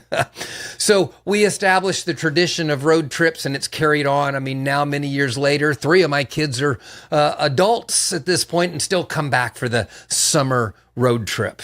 Gives us an opportunity to be together as a family, see the countryside, see towns and cities along the way, and yeah, to be honest with you, act a bit like the Griswolds. And, actually we did a road trip this summer that we associated with the elite meeting. We were down in Tennessee and drove across Tennessee, saw some countryside we've never seen before. As a matter of fact, along the way, I got to see the biggest Buc-ee's in the world. Who knew? In Tennessee. I didn't even know what a Buc-ee's was, much less that we were measuring the size of Buc-ee's. But let me tell you, if you've never seen a Buc-ee's, especially the biggest one in the world, you don't know what you're missing. But anyway, as much as I love road trips, the thing I hate the most about road trips is the inevitable traffic jam. You're always going to get into one. You know what I'm talking about, too. I'll bet you've been in one of these. Some of you may live in cities where it's a daily occurrence for you. You're flying down the road, you're going 65 miles an hour, and then, whoa, all of a sudden you're not moving. And then just like that, everybody around you is taking off again, and we're back up to 65 miles an hour, and then, whoa, back down to 0 again. I don't think there's almost anything in the world that makes me more nervous and anxious than that kind of stop and go traffic. I mean, I'm just waiting to slam into somebody or somebody to hit me. And I can't stand it looking out the windshield and just seeing that sea of brake lights, right? Everybody just all stopped in front of you, except for that one guy. You know that one guy, right? Weaving in and out of traffic, bumping people over into the breakdown lane, cutting people off. You know that guy. Yeah, those are the guys that can sour a road trip if you're not careful. And I'll tell you what, as much as we like to act like the Griswold family, I feel like Clark Griswold in the middle of those traffic jams going, I feel my blood pressure just going through the roof in those traffic jams. I can't stand them. So I got a little curious when I was putting together this class. I was wondering, where are some of the biggest traffic jams and congested highways in the country? And I came across this list from St. George's Insurance Brokerage. Apparently they do this every year, and they list the most congested highways in the country. And, you know, there's probably some that aren't surprises on here. There's Chicago, and there's Houston, and there's Atlanta, and there's LA. And where we were this summer, we were in Nashville going out towards eastern Tennessee. But you know what? Although Nashville was close, I'm actually thinking St. George's is wrong. My road trip this summer actually gave me a different experience. The worst, most congested highways in the country, based on my opinion, Knoxville, Tennessee. Love you guys in Knoxville. You got a pretty city, but oh, brother, does your traffic stink. That 65 to 0 to 65 again, right? Sea of brake lights. That one dude, which was actually many dudes in big old jacked up pickup trucks, weaving in and out of traffic, bumping people over into breakdown lanes. Yeah, that was all in Knoxville this summer, let me tell you. And no matter how excited I was about Buc-ee's, yeah, I was not excited about driving through Knoxville. So when I got home from that road trip, I got to wondering, what the heck's going on down there? Why is that so crazy? I mean, I sure didn't expect that kind of traffic. And by the way, I should say it wasn't just one experience. We were driving from Nashville through Knoxville out to eastern Tennessee on a Thursday. And yeah, we ran into a whole lot of traffic. Coming back through on Sunday morning at 9 a.m. Traffic, big time. I sat in Knoxville for like 2 hours. Why? Well, turns out there's actually a lot of reasons. Knoxville's going through some pretty massive population explosion over the last couple of decades. There's also two major interstates, the one we were on, which is east and west, and a north-south one that come in and they merge together. They don't actually cross. They sort of come in, join, go together for a while, and then split away again. And they're two of the busiest interstates in the southeast coming together right there. Turns out, according to a lot of the stuff I read online too, that there's some massive roadway design flaws. Instead of having the big flyover interchanges, the big spaghetti tangle of bridges, they basically just bring two roads together and say, good luck. And so you can imagine when the roads are coming together like that and the traffic speed is really high, it creates a mess, right? Huge number of traffic accidents right there in that corridor we were driving through. Bottlenecks that show up for no reason, like I said, even on Sundays. Backlash from people who live in the city, but also people who have to drive through it all the time. Citizens and drivers alike. Man, oh man, social media was ugly for you guys in Knoxville. Knoxville sucks. Avoid Knoxville. I hate it here in Knoxville, driving around and all that other stuff. So yeah, it wasn't looking good because of all the traffic jams. But here's the deal. This is totally avoidable. I actually I really went down the rabbit hole on this. I read several traffic studies for in and around eastern Tennessee and Knoxville. And it turns out that if they just build the right interchanges, they could alleviate all of this traffic. They could have better proven structure. They could have better traffic control. They could have speed and volume regulation, and they could better understand their peaks and their valleys of their traffic. You notice I put all these words in yellow because I want you to pay attention. We're going to come back to them: structure and traffic control and volume regulation and peaks and valleys. So I have to wonder, as you're sitting here wondering what traffic jams have to do with anything, do these traffic jams happen in your office too? You end up with bottlenecks out of nowhere? Do you end up with crashes where all kinds of people show up at the same time in the same place and nobody can get anywhere? Feels like everybody's running into each other? You ever have aggravated drivers in your practice. Maybe it's the doctors, maybe it's the staff, maybe it's the patients. And how quickly does that build up into a Knoxville problem if it keeps happening for you, right? Patients start canceling and no-showing their visits. Patients drop out of care. They start putting bad Google reviews out there about you because it's so hard to navigate through your office.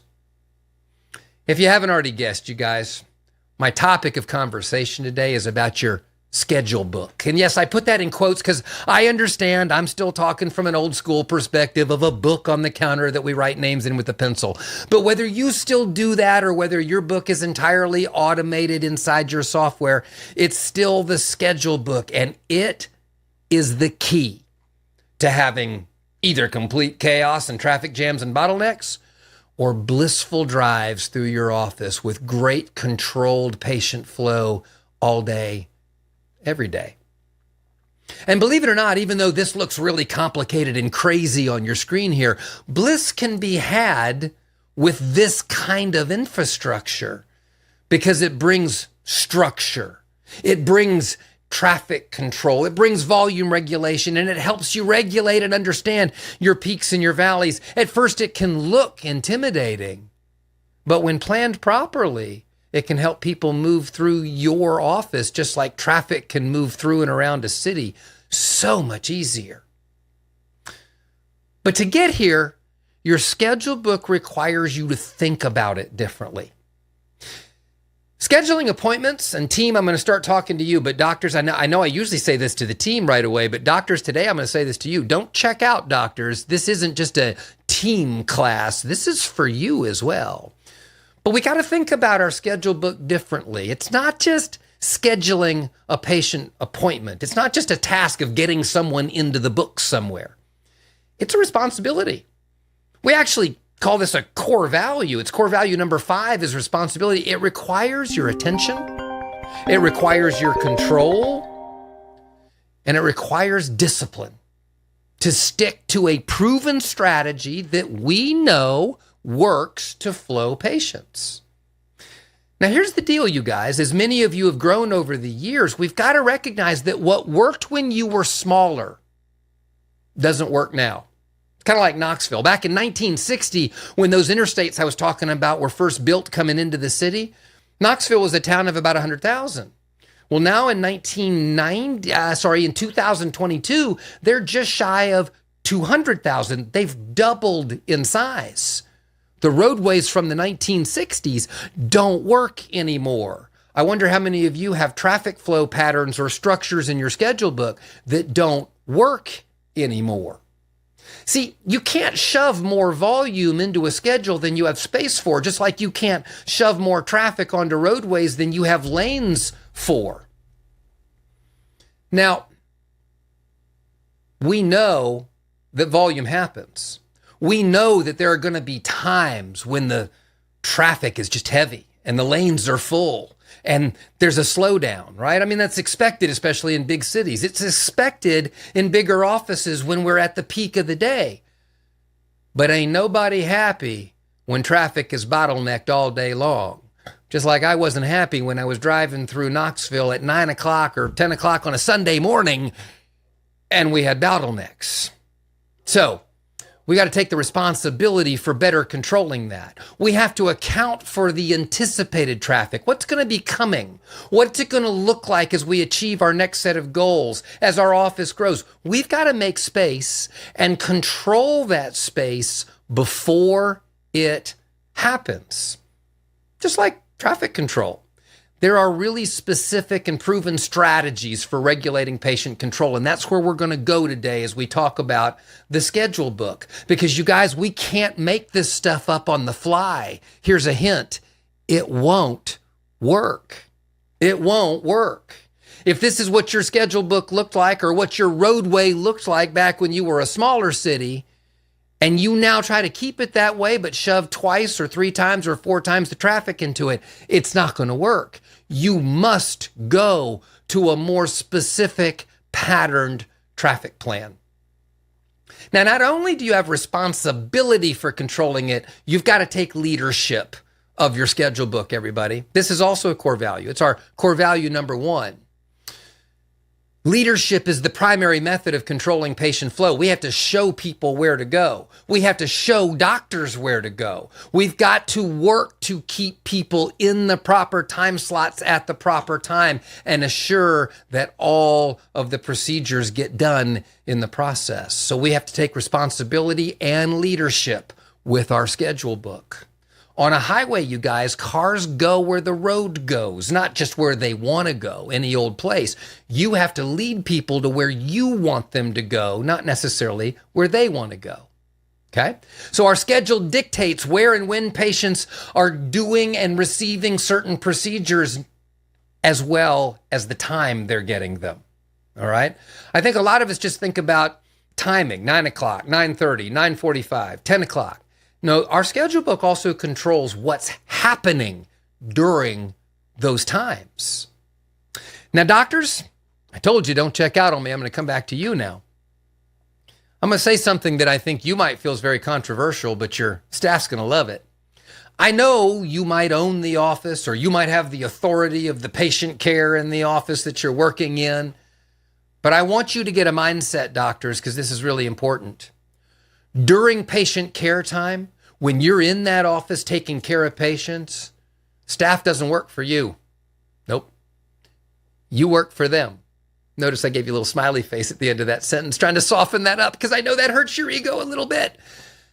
But you work for your staff. Your staff is controlling the flow, and you must go where they tell you to, where the schedule dictates that you go. We're going to talk about 2 specific strategies today for controlling your schedule book. One's called block booking and the other one's called cluster scheduling.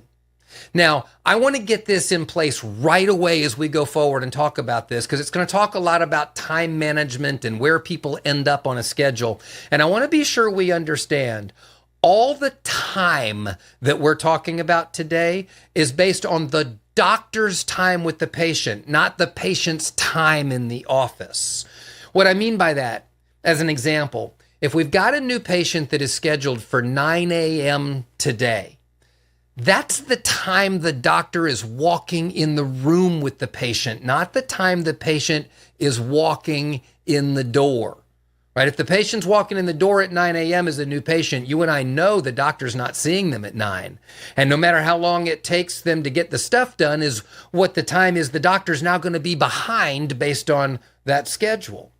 Right? So 9 a.m. means doctors walking in the room with the patient. So now I ask you the question, team, if that's the time the doctor's seeing the patient, when does the patient actually need to arrive in your office to do their paperwork, to get their right place promise, to watch their welcome video, which is a little less than 5 minutes? It's definitely not 9 o'clock, is it? So tell the patient the time you need them there in order for them to be in with the doctor at the time your schedule book says they should be. I don't know, is that 8:45? Is it 8:40? And by the way, if you've got text reminders or phone calls that you make, those things should be calibrated to give that time the patient needs to arrive, right? Little things that we've got to think about that'll help control your traffic.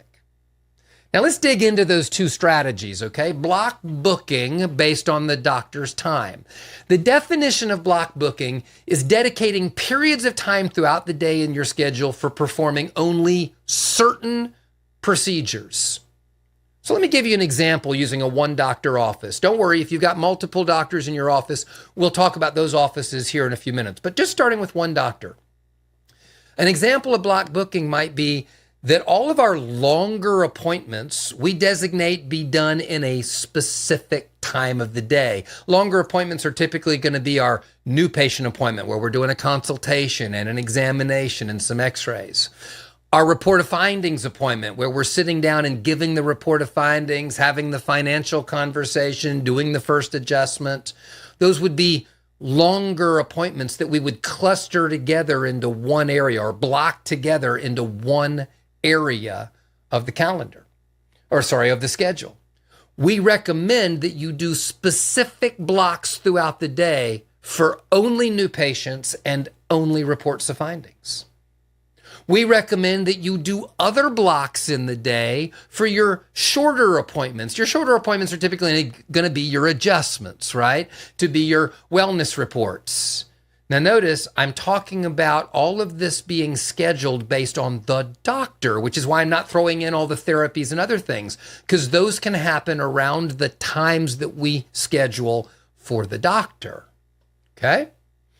Now, there's no one right or wrong way to structure block booking, right? You might be looking at the length of time of the blocks. You might be looking at where in the day to place them. You might be wondering how many of these blocks to have in a day. And although I'm going to give you several examples today, there's no one right or wrong way to do it. So certainly work with your coach to help you on this if you think you need some more strategy on it.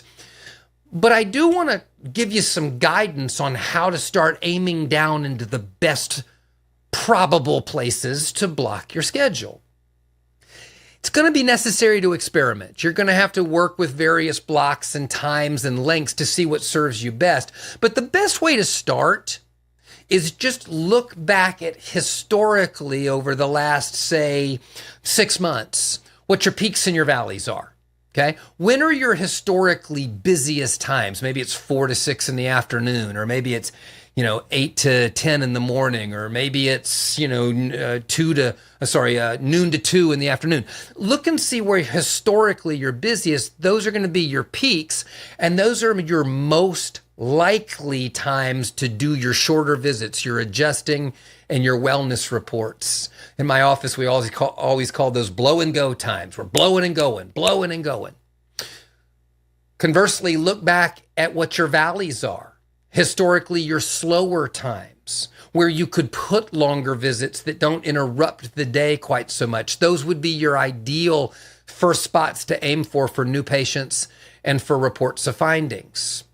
Now, when you're doing that, you still also have to consider some early morning and some later day blocks for new patients, because I know what most of you are going to find is your valleys end up being like in the middle of the morning and in the middle of the afternoon, right? Like, 10 to 11 in the morning and maybe, 2 to 3 in the afternoon or something. But if that's the only place you ever put new patients, you're going to block out a certain number of your demographic that just can't do that. Right? They can't get to you during those times because of work constraints or something else in their life. So consider also when you're thinking about where do you block new patients or reports of findings, that you do some earlier in the day and you do some later in the day. So let me give you some examples of what that might look like. Now, I know some of you might be looking at this on smaller screens, but what I've done here is I've blocked the week into 2 different structures, a Monday, Wednesday, Friday block and a Tuesday, Thursday block. And then I've taken those blocks and broke them down even more. Now, please, you can take pictures of this or save this or what have you, but this isn't like the integrity suggestion. This is just one example. I did this here with Monday, Wednesday, and Friday doing adjustments and therapies and wellness reports between 8 o'clock and 9 o'clock. Remember, these are doctor times. And then at 9 o'clock to 10:30, we flip over and we do new patients and we do reports of findings. And then we go back at 10:30 to noon and we do adjustments and therapies and wellness reports. And then we take some time off between noon and 1:30. And then we go back at 1:30 and do adjustments and therapies and wellness reports for an hour. And then at 2:30, we go to new patients and reports of findings until 4. And then we finish out the day 4 to 6 with adjustments and therapies and wellness reports. Now, you may notice that I went to the Tuesdays and Thursdays and I just completely flipped that. All right. So this gives us some early morning and some late evening new patients and reports of findings opportunities, whereas more in the middle of the day, 9 to 10:30, we do adjustments and therapies, and 2:30 to 4, we do adjustments and therapies. So this is just one example of how you could set up a 5-day work week to give opportunities to everybody for new patient and reports of findings, as well as adjustments and therapies. Now, here's some important tips about blocking. You schedule only the appropriate appointment types in the appropriate block. In other words, I'm going to say respect the block. Whoever staff member in your office is controlling that schedule, That's got to be your mantra. Respect the block. Okay? Adjustments and wellness reports only in that tightly spaced time frame for adjustments and wellness reports. No new patients, no reports of findings. Those go into their own block. And in the new patient and report of findings block, no adjustments, no wellness reports. Why is this important? Well, for your doctors, this creates what we call present time consciousness. It controls their speed. It controls their efficiency. Team, have you ever noticed that when your doctor gets on a roll, he or she can really get going, right? When it's just adjustment, they can really get a groove on.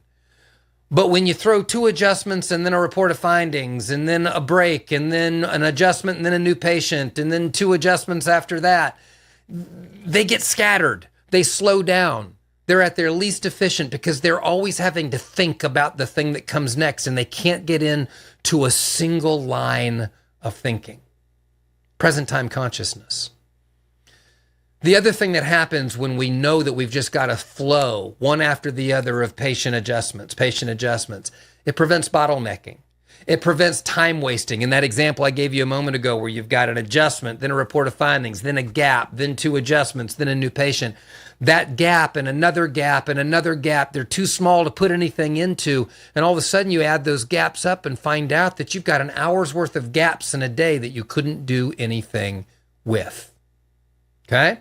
So this controls and structures the traffic moving through the office. Now, let me get into some tips and some tidbits here. If we're going to properly structure, let's say, the adjusting time or the new patient time or the report of findings time, we've got to know the doctor's timing with each appointment type. And we've got to be practical about placing people into those time frames. So I recommend, team, that you time your doctor. Yes, doctors, I said your team needs to time you. How long does it take you to do an adjustment?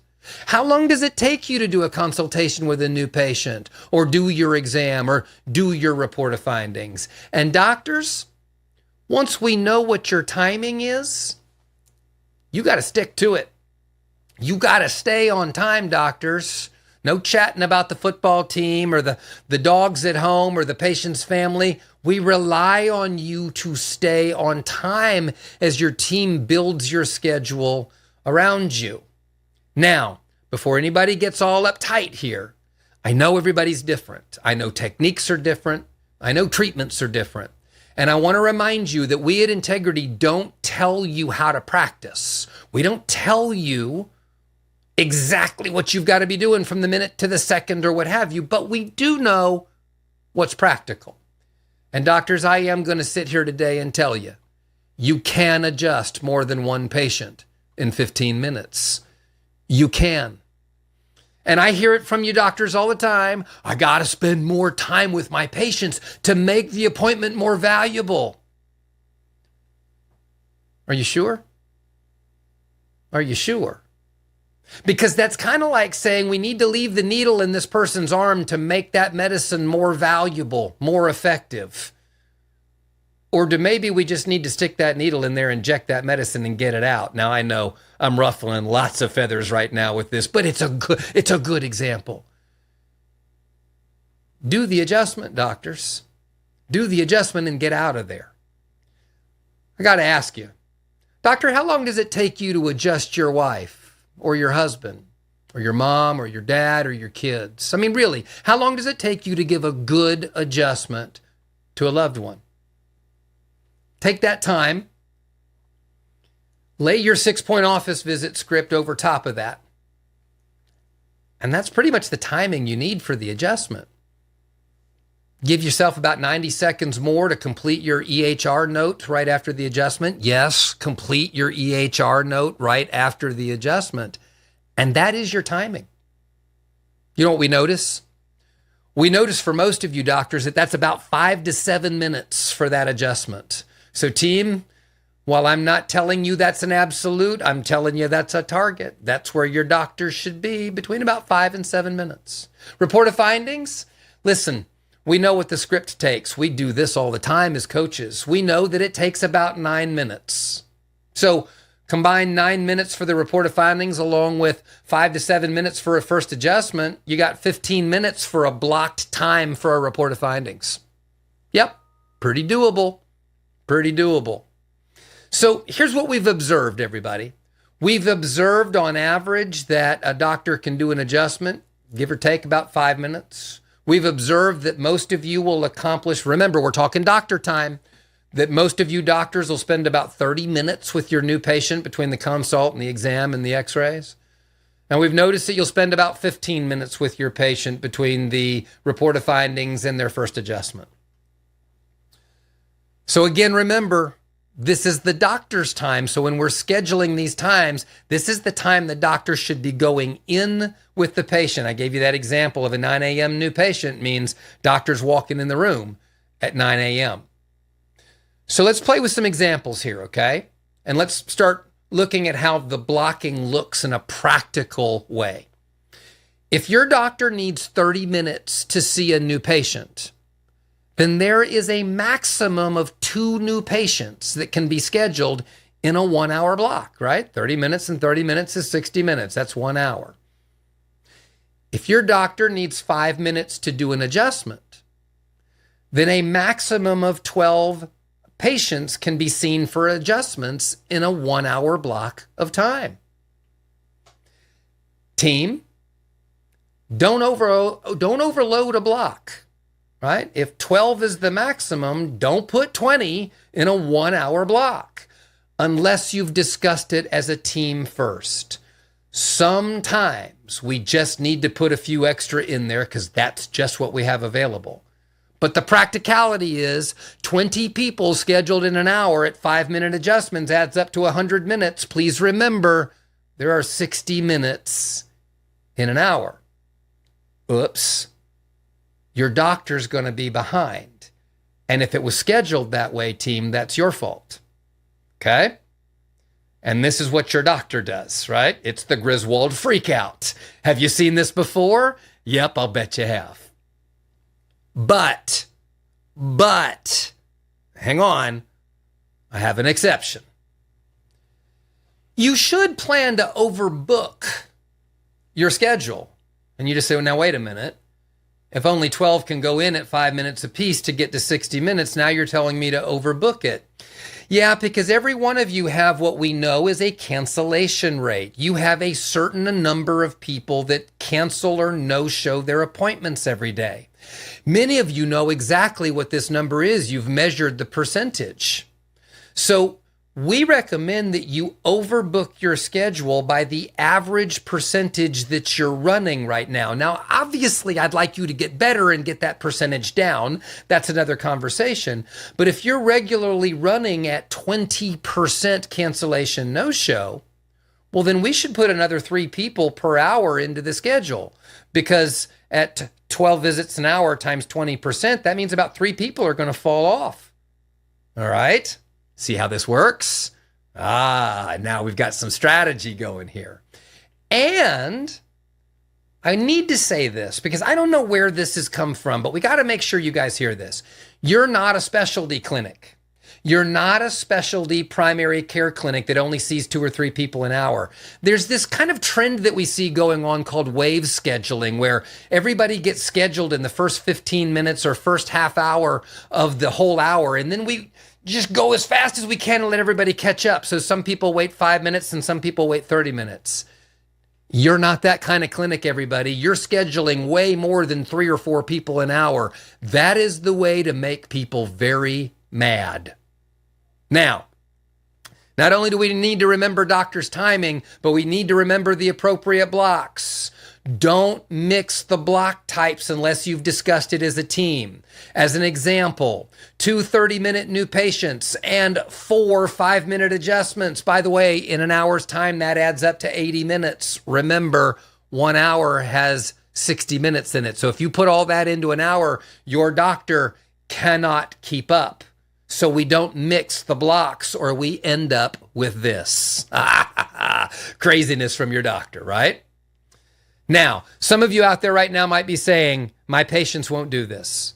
My patients won't do this. Here's the thing, you guys. They will do this if you lead them.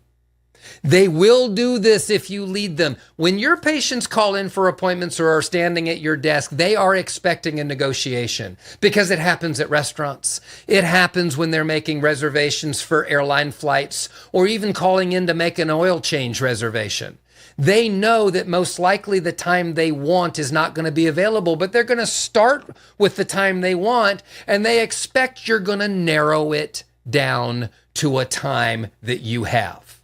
Right? So if a new patient calls at 5 p.m. for an appointment and you don't have that time open for 2 weeks, lead them where you want them to go.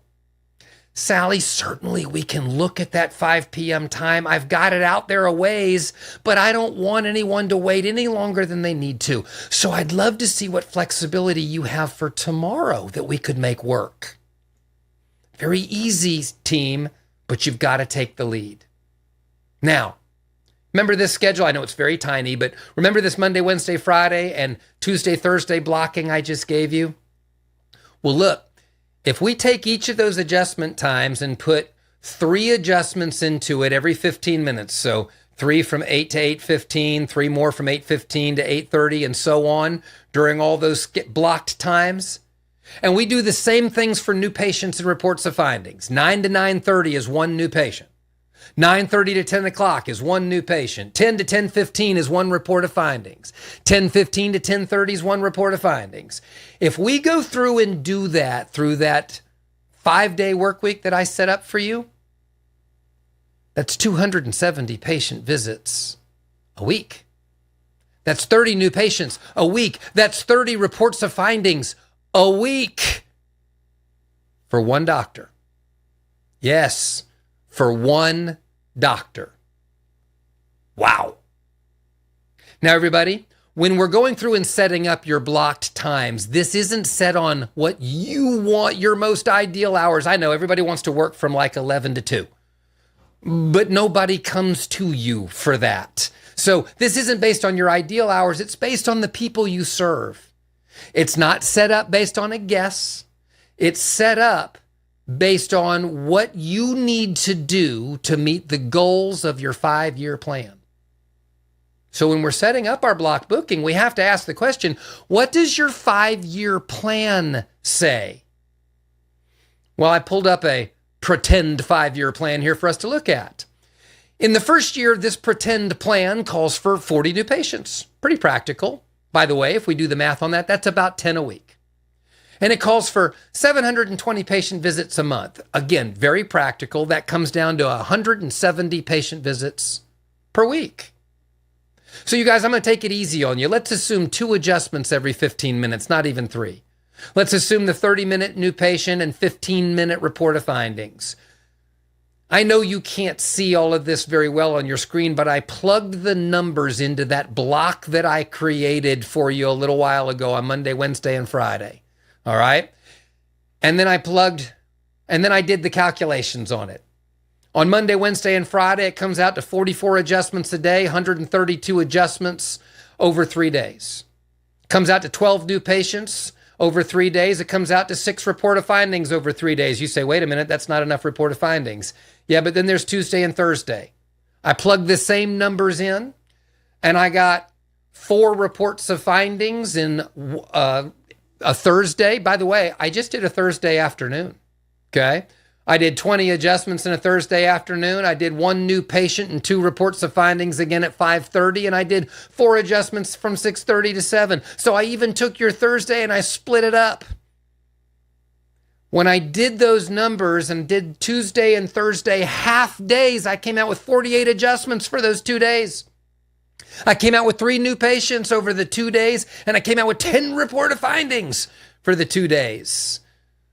So I put it all together, and I've got 15 new patients a week. I've got 16 report of findings a week, so I got an extra in there, and I got 180 adjustments per week. Whoa. That's going to get us where we need to be. As a matter of fact, it's even more than what that 5-year plan was calling for. We made it easy on ourselves to recommend 3 times a week, which is the frequency most of you do. We gave ourselves early morning and late evening appointments. We gave ourselves a variety of appointments, and it came out over goal. So if you want, take Friday afternoon off. And we're still getting a $40,000 practice. We're still hitting our plan. And that's just in the first year. So what do we do next? Hire another doctor. Move on to year 2 of the 5-year plan goals. Block booking gave us the roadway and the lanes to get there. Now you say, what if I've got more than one doctor? Easy. We just start staggering the blocks. I pulled this from one of our coaches' office. This is 3 doctors. They start at 7 o'clock in the morning, and this one runs to about 2 o'clock. And what I want you to see is they staggered their reports of findings and their new patients, and they staggered their adjustment times. All right? Each of them got a lunch, but they were staggered, and that allowed the clinic to stay open all day. Yes, team, your lunches get staggered too. So no, the whole team doesn't eat together every day, but we get to see patients all day, and everybody still gets a break.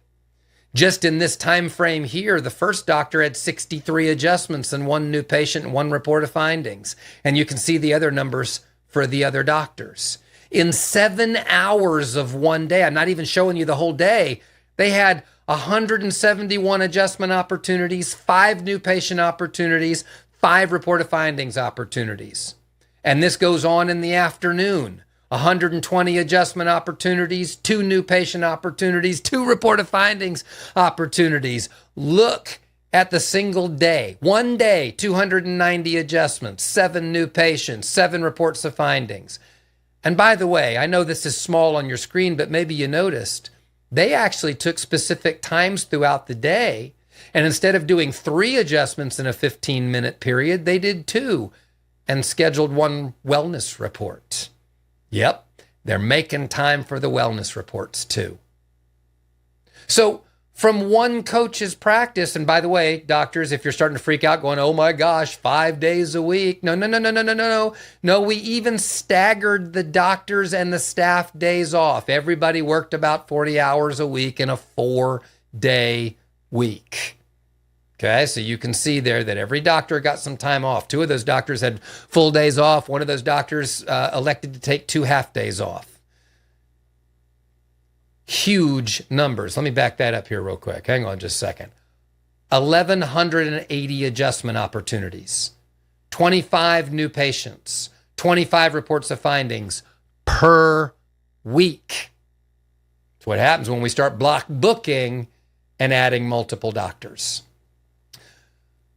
Now, you might be saying, I need to do block booking, but I've been doing this for years and my schedule's going to be a mess. What do I do?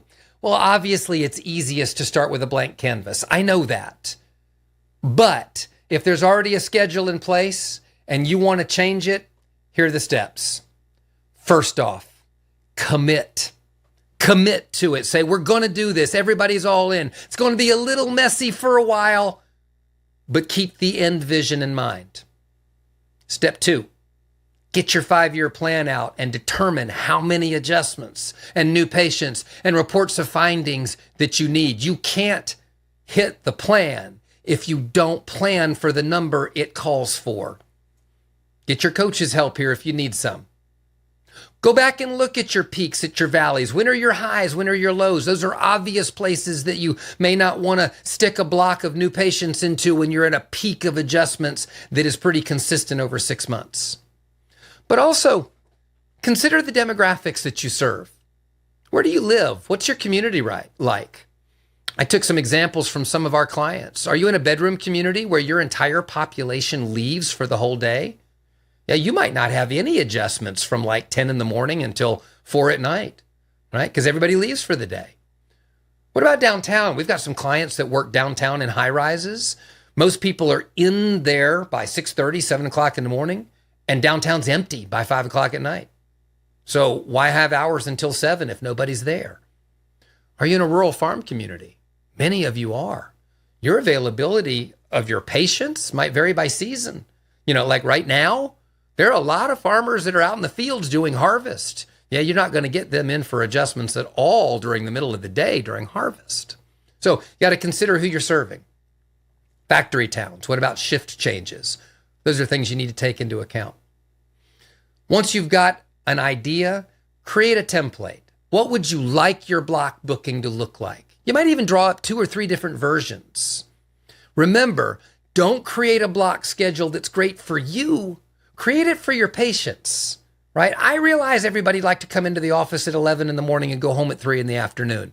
It's not going to work for 99% of your patients. So create the block that works for your patients. And here's the messy part. This is where you got to lay your block booking template over your current schedule. And you got to start working with that block booking. All new patients that call into your office, all reports of findings go only into the blocks that you've created from now on. And you advance multiple schedule them only in the adjusting blocks. Now, I know there are other people that are inside of those blocks too that were already there. I get it. Let them stay there.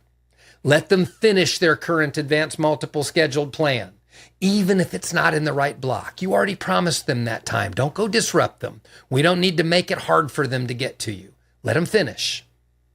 When they hit their wellness report 3, move them to wellness and advanced multiple schedule them into an adjusting block going forward.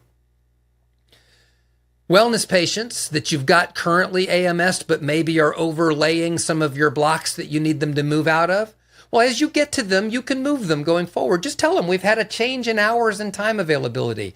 It'll take you about 4 weeks to see all of those people mostly, and you can just change them one by one.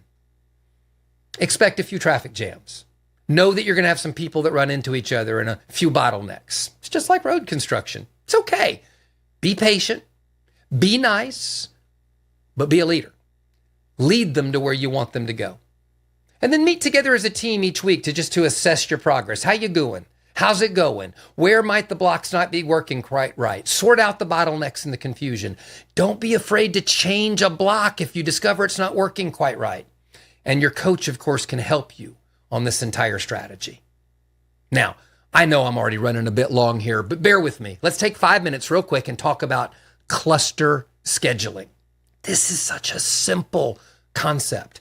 It's, as the name says, cluster your visits close together. It keeps your office flowing rather than starting and stopping, right? You got 2 people, and then you got a break of 15 minutes, then you got a person, and then you got a break of 10 minutes, and you got another person. Your doctor doesn't work very efficiently that way, team, and neither do you. Keeps your doctor steady, keeps you steady. And by the way, keeps your doctor from developing bad habits like talking too much. And it also allows us to take open spaces in the schedule and consolidate them so we might fit in a last-minute emergency or a reactivation or something like that. Let me show you what this looks like. Here's a 1-hour time block. We start scheduling people from the top of the hour down each side of the clock. So, for instance, we will schedule people for adjustments at 10 and 10:55, and then at 10:05 and 10:50, and then at 10:10 and 10:45, and at 10:15 and at 10:40, and at 10:20 and at 10:35. And you can see that what we're doing is as we're growing around the clock, there's this space that's getting ever smaller, but we maintain at the bottom of the hour that is open for those last-minute call-ins, maybe a fast new patient if we've got an emergency and the other blocks are already full, or something like that. And doctor, if nothing else calls in there, you can go to the bathroom. Team, your patients will do this if you lead them. Remember, they expect negotiation. They're going to come at you with a 10 o'clock, but if you don't have it, lead them to the 10:15 or the 10:50, right? Mrs. Smith says, I want an adjustment at 8:30, and you say, Mrs. Smith, I don't have that time available, but I do have an 8 or an 8:55. Just lead them to where you want them to go. And all of this, you guys, brings me to the end here. Block booking and cluster scheduling. It gives you structure. It controls your volume. It gives you lanes to flow people in. Don't be a Knoxville. Plan your traffic. Prevent your bottlenecks and your traffic jams. Because whether you have good traffic flow or a traffic jam, it's totally up to you. Thanks so much, everybody. I'm glad I got to be a part of your fall live conference today. I hope you have a great rest of the day. Oh, that was sweet. That was super sweet. I loved it. Absolutely loved it. Hey, Dr. Doug, gotta compliment the hat, man. What a sharp look. Like, each year from Doug, we sometimes we get long hair, sometimes we get facial hair, sometimes we get curly hair, sometimes we get short hair. Now we get that, a little Elmer Fudd style, man. Awesome. Absolutely. Love a good hat. Hats are always a win. So, that was awesome, everybody. There's only one more left. It's just me. That's right. We're going to get it. We may get a little early today because I'm going to finish this thing out, but I've got something super fun planned, something you're not going to want to miss. But remember, this coupon code that we've got for today only works for today, only works while you're watching this, while you're doing this. You're going to want to go get it. Get your report of findings packets, get your wellness report packets, get it. Get 24% off today only using the coupon code, all one word, all lowercase, Beast Mode. BEASTMODE. Get it. Make sure you get it. We're going to take one more 10-minute break, and then we'll be back where I'm going to close this thing down with something that I think you are going to really hit home with. All right? 10 more minutes. Let's do it. Take a break.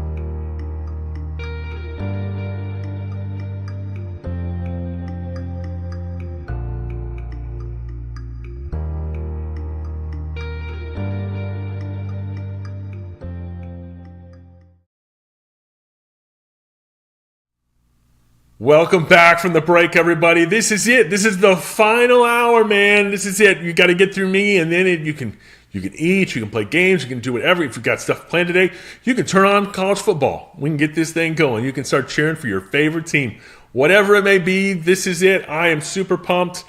And I do want to, address the elephant in the room. No, I'm not the beast anymore. I know you're probably wondering, where'd it go? Well, the honest truth is that I recognize the fact that when this day is over, when we take this big, long, one-shot deal and we break it down into separate individual recordings, someone that never saw this day, if they were watching this class now and I would dressed as the beast, they'd be like, who is this guy? Why? What's the point? It would make no sense. So I felt like let's clear the air, let's get it off, let's do this thing. And plus, if I'm honest with you, it was hot. That head thing was hot. So I'm thrilled to be more comfortable. This is more in kind of my style. And this is it. I'm pumped. I'm ready to go. And I'm super excited for you here, though. This training today is actually a training that I use with our coaches. It's one I teach our coaches, and it's something that I think is incredibly beneficial. I think it's something that when you kind of understand the way our coaches think and the way we do things, this one will kind of relate to that, because you'll get to see this is why we do what we do. This is who we are, and that's why this class is called It's Proven. It's Proven. Now, I want to start off this class by referencing one of my all-time favorite movies. Okay? One of my all-time favorite movies, it's called Moneyball. Moneyball is about the Oakland Athletic baseball team, Major League Baseball team, who had an amazing run where they set a record for the most wins in a row. It's an awesome, awesome story. It's a true story. Gotta love a true story. And it stars two really awesome guys, Brad Pitt and Jonah Hill. Brad Pitt plays a guy by the name of Billy Beane. And Billy Beane is the general manager of the Oakland Athletics. He then brings on an assistant, and this guy's name is Peter Brand. And Peter, played by Jonah Hill, is learning and figuring out. But to start this thing off, where this all kind of comes from is that the Oakland Athletics, they don't have that much money to work with to build their ball club. They are trying to build a winning team, and Billy's trying to find a new way to do it. He's trying to figure something else out, and he meets this guy named Peter, and Peter has different ideas. He has ideas that nobody's doing. He's doing stuff, and he's talking about stuff that nobody's talking about, stuff that is about more of a statistic focused rather than money focused and just looking at talent. So they start going through it, and he starts working on this program, which isn't totally new to baseball. There was a guy named Bill James who kind of came out with the basic structure years ago and wrote a book about it, but he wasn't a baseball expert. It was kind of shunned in the baseball community. So Peter Brand brings this up to him, and they start building this team based upon their algorithm that they create for how they want to measure player success. And so to do this, they build this entire team very cheaply, very differently, in a way that no other part of baseball even understands, that no other part of baseball even totally, let's say, agrees with. And so along the way, what happens is because nobody else gets it, because nobody else is doing it, nobody else understands it, they are building this team, and the manager of the team, which is basically the coach in baseball, the manager of the team doesn't agree with the decisions, and so he doesn't play it the way they want. He doesn't use the players that they got. He doesn't follow the instructions of Billy. He doesn't do anything. So Billy finally feels like either we're going to do this thing right or not. So he comes up with this deal where he starts trading off any of the players that the manager would have played to keep the team he wants on the field.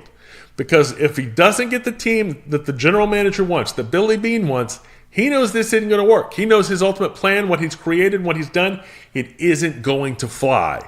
So for that, he starts trading players. And when he starts doing that, Peter Brand comes in and says, what are you doing?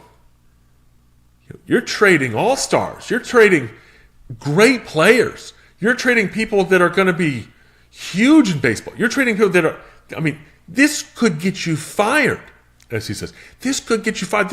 This could change everything. You could lose your job over these decisions. And Billy looks at Peter and says one simple phrase that I think to me is something that's been really helpful and beneficial in business for me for a long time, in terms of recognizing purpose, recognizing what you do, and recognizing why we are here. And he looks at Peter and he says, I don't think we're asking the right question. You're worried about getting fired. Sure, great. You're worried about the issues. But he goes, I think the real question is, do you believe in this thing or not? Now, think about that. Think about it. The question. See, when that question is brought up in terms of what we're doing and why we're doing it and what is it, do you believe in this thing or not? And Peter looks back and says, yeah, I do.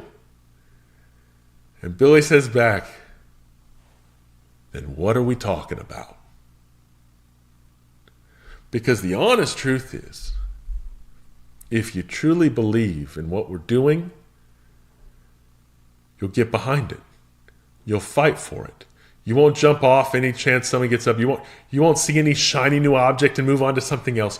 You will stick with it. If you believe in something, and I don't mean believe for a moment. I don't mean believe for just a short amount of time. I don't mean believe for just the first part of your career. I don't mean believe for just a moment. I'm talking believe, man. I'm talking about believe. In other words, putting it a different way for you, do you believe it's proven? Do you believe it's proven? So let me ask you a question. Let me ask you a very simple question. And this is basically where I hit today's topic. Are you working in your office currently with the belief that what you are doing or selling is already proven, or does it still need proving? Let me ask it again. Are you working with the belief that what you are doing or selling is already proven, or does it still need proving? Now, what do I mean by that? What I'm getting at here is there's a totally different mindset when you believe something is proven compared to when you think it needs to be. We're still in the proving stage. When we're still in the I'm trying to make sure that this is real stage. There's a totally different aspect. This is the difference between proposing and not proposing in marriage. Do I believe this is the one? Is this proven to be the one, or is this I'm still kind of trying to figure this thing out? And do I still believe that what I'm created works here? Do I believe what I'm doing works? Do I believe that what I'm selling works? Do I believe that what I offer works? Or do I believe it, it might work. I think it does. It kind of does. I think some people think it doesn't. See, there's a difference between working in an environment where you believe what you are doing is proven,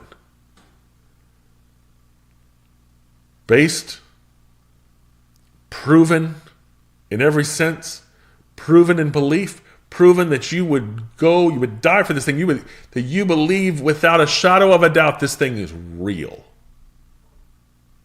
It's proven. But when we're still in that proving phase, we're kind of like, well, we could try something else. We're just going to attempt. We're just going to see. No, it needs to be proven. If what you're doing, I don't believe God would call you to do something He didn't prove it.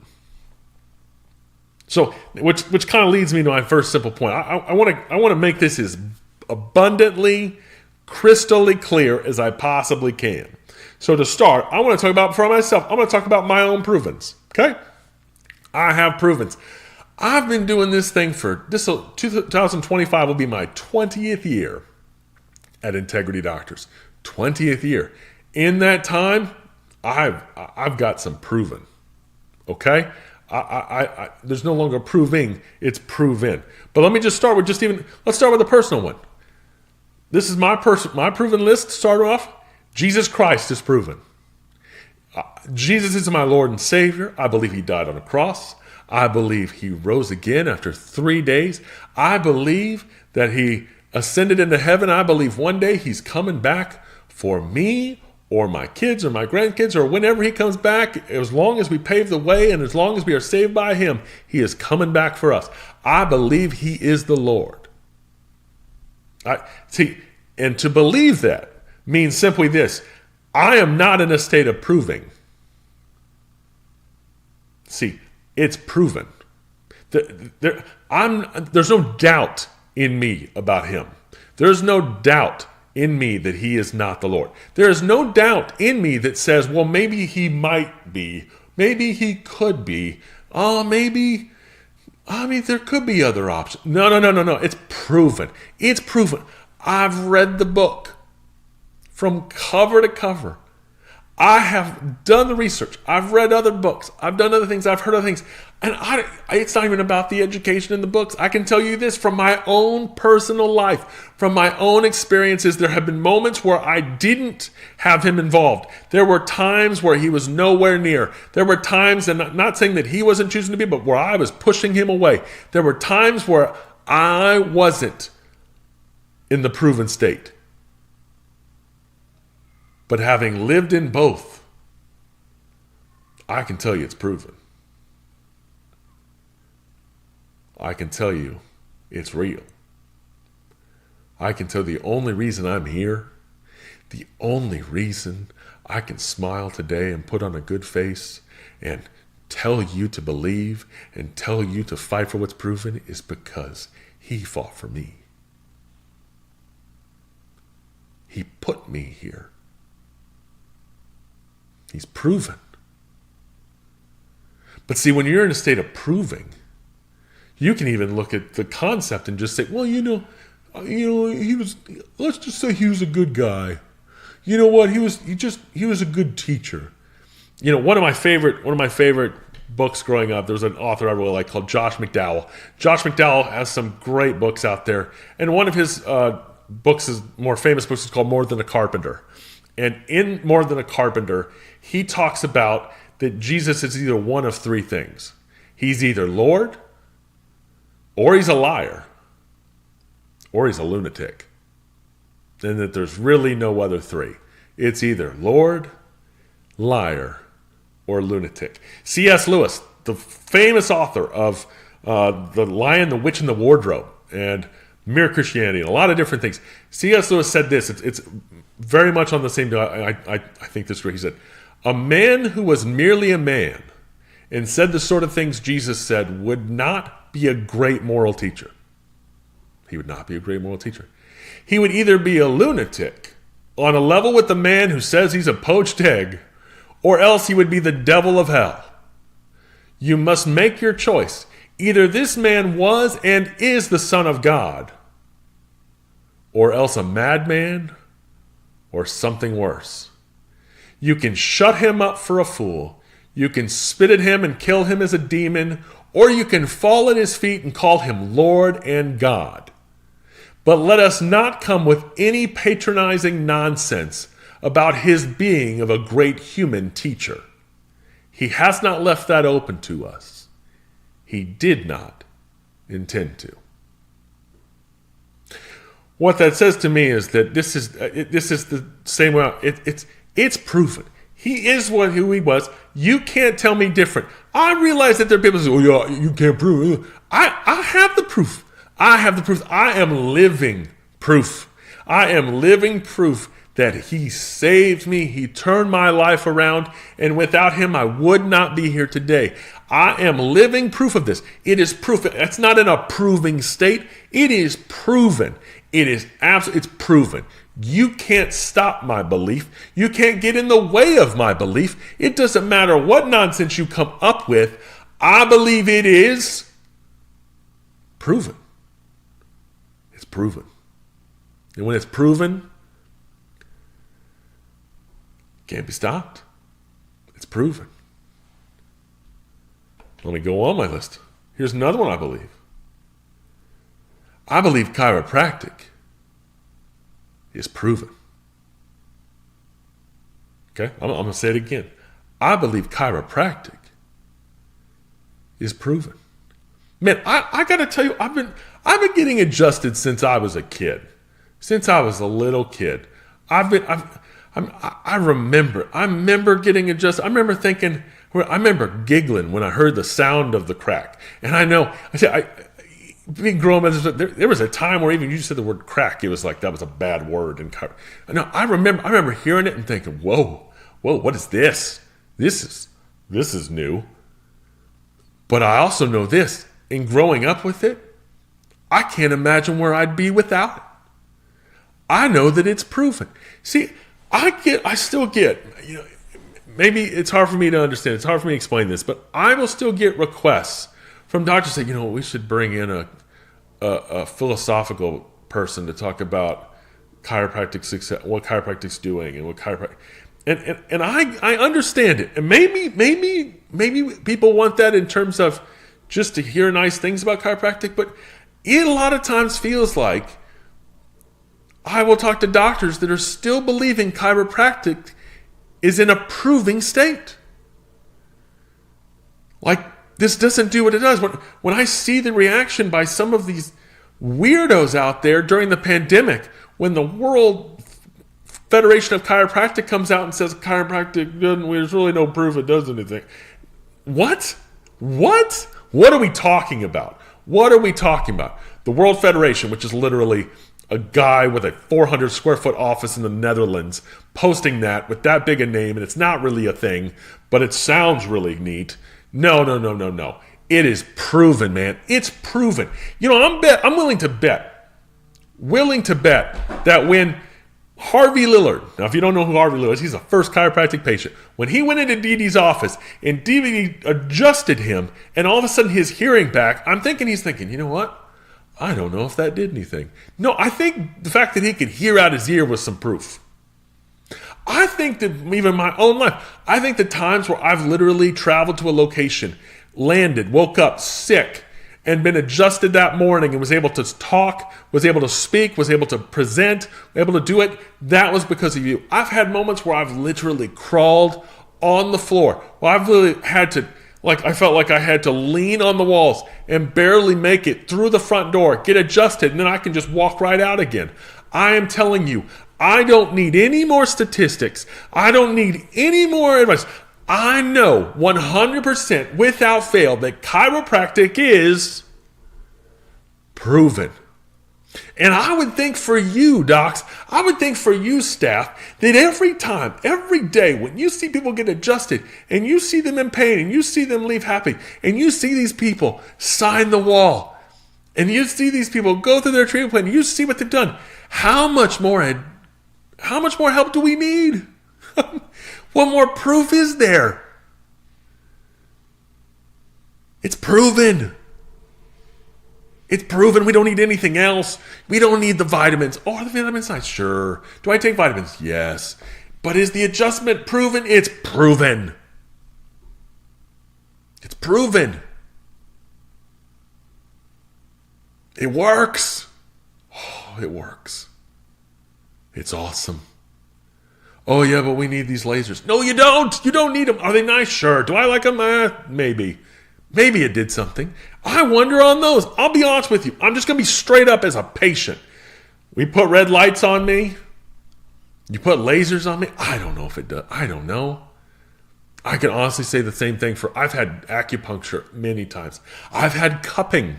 I've tried all of these different things, but I can tell you this. Here's the one thing I know from having done cupping, from having done acupuncture, from having done massage, from having done lasers, from having done red light therapy, from having done vitamins, from having done all of it.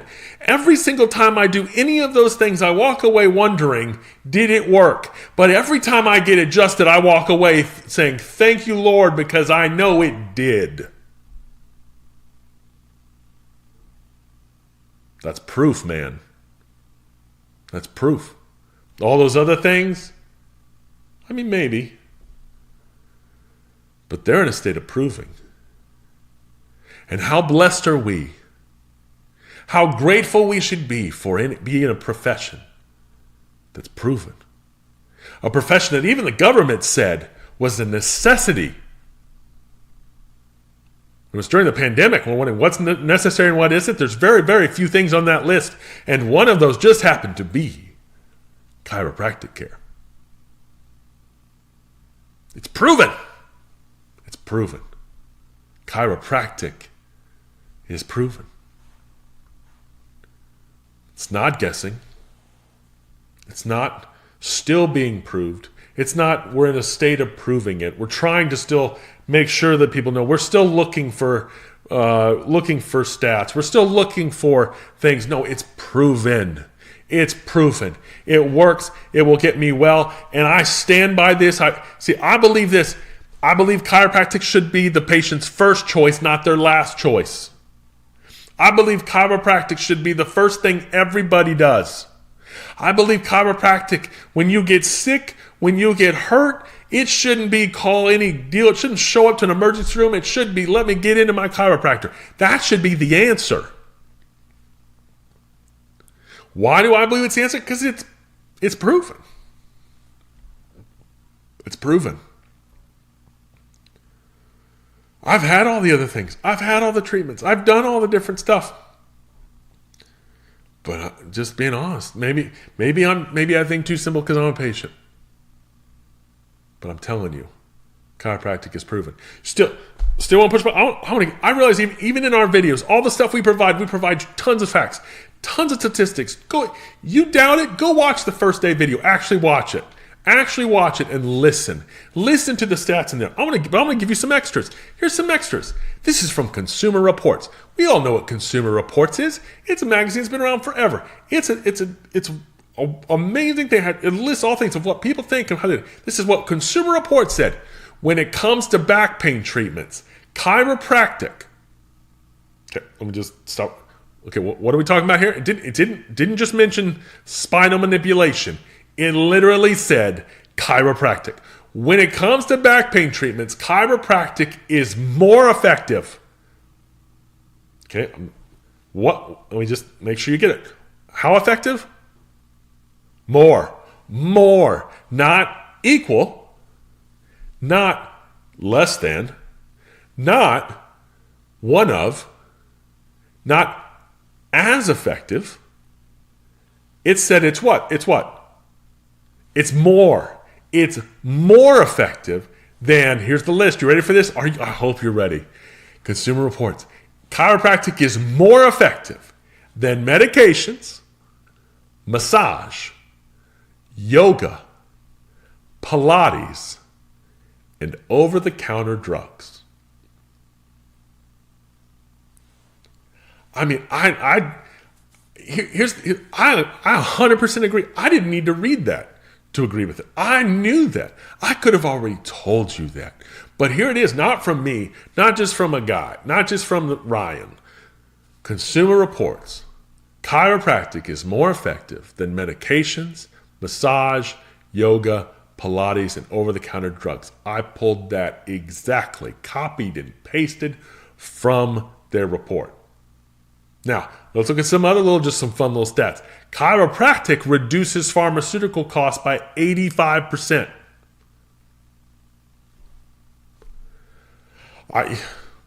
Seriously, that's awesome. There are over 100 million adjustments happening each and every day worldwide. 100 million. This isn't something that's not happening. This isn't a rarity. There's over 100 million adjustments happening each day worldwide. And then let's look at this last one. This gets me here. You are 28 times less likely to perform spinal surgery if you visit a chiropractor first. Man, these are things that they're so easy to just read them and just brush over them, and not even realizing what we said. It didn't say you are 2 times less likely, which is double. You realize that's double. He didn't say 3 times, which is triple. Triple, that's even bigger. Triple the percentage less likely to perform surgery. Triple. No. It didn't even go the Grant Cardone route. It didn't even go what everyone sees as the big number, the 10x. It doesn't say you are 10 times less likely. Man, it tripled it. It tripled it, man. You are 28x, 28x, 28, 28, 28, 28x less likely to perform a spinal surgery if you went to a chiropractor first. 28% less likely to have to go through any kind of spinal surgery if you went to a chiropractor first. Now, you tell me, does that mean that we're awesome? Does that mean that we work? Does that mean that we are proven? Fired up, man. I am fired up. You know why I'm fired up? You know why I'm so stinking fired up? Because what we have is awesome. And I'm tired of us only treating a small amount of person. I'm tired of us acting like that chiropractic's, almost like hit its level. No, it can be taken everywhere. I want to show, see, if we take chiropractic to the 80%, if we do what we say we do, and we're going to reach the world, we're going to take 80% of the population and put them under chiropractic care. That 28 times becomes 70 times. Over 100 million adjustments happen each day worldwide, changes to over 100 million adjustments happen each hour. Now, think about that. Think about that. Chiropractic reduces pharmaceutical costs by 85%. What if chiropractic gets rid of pharmaceutical costs? What if it wipes it clean? What if most people don't even need the drugs anymore? They don't need over-the-counter stuff because of you, because of what you can do through chiropractic care, what you can do with what we call done by hands. With your hands. What you can do with your hands, the medical profession can't do with anything else. They can't touch you.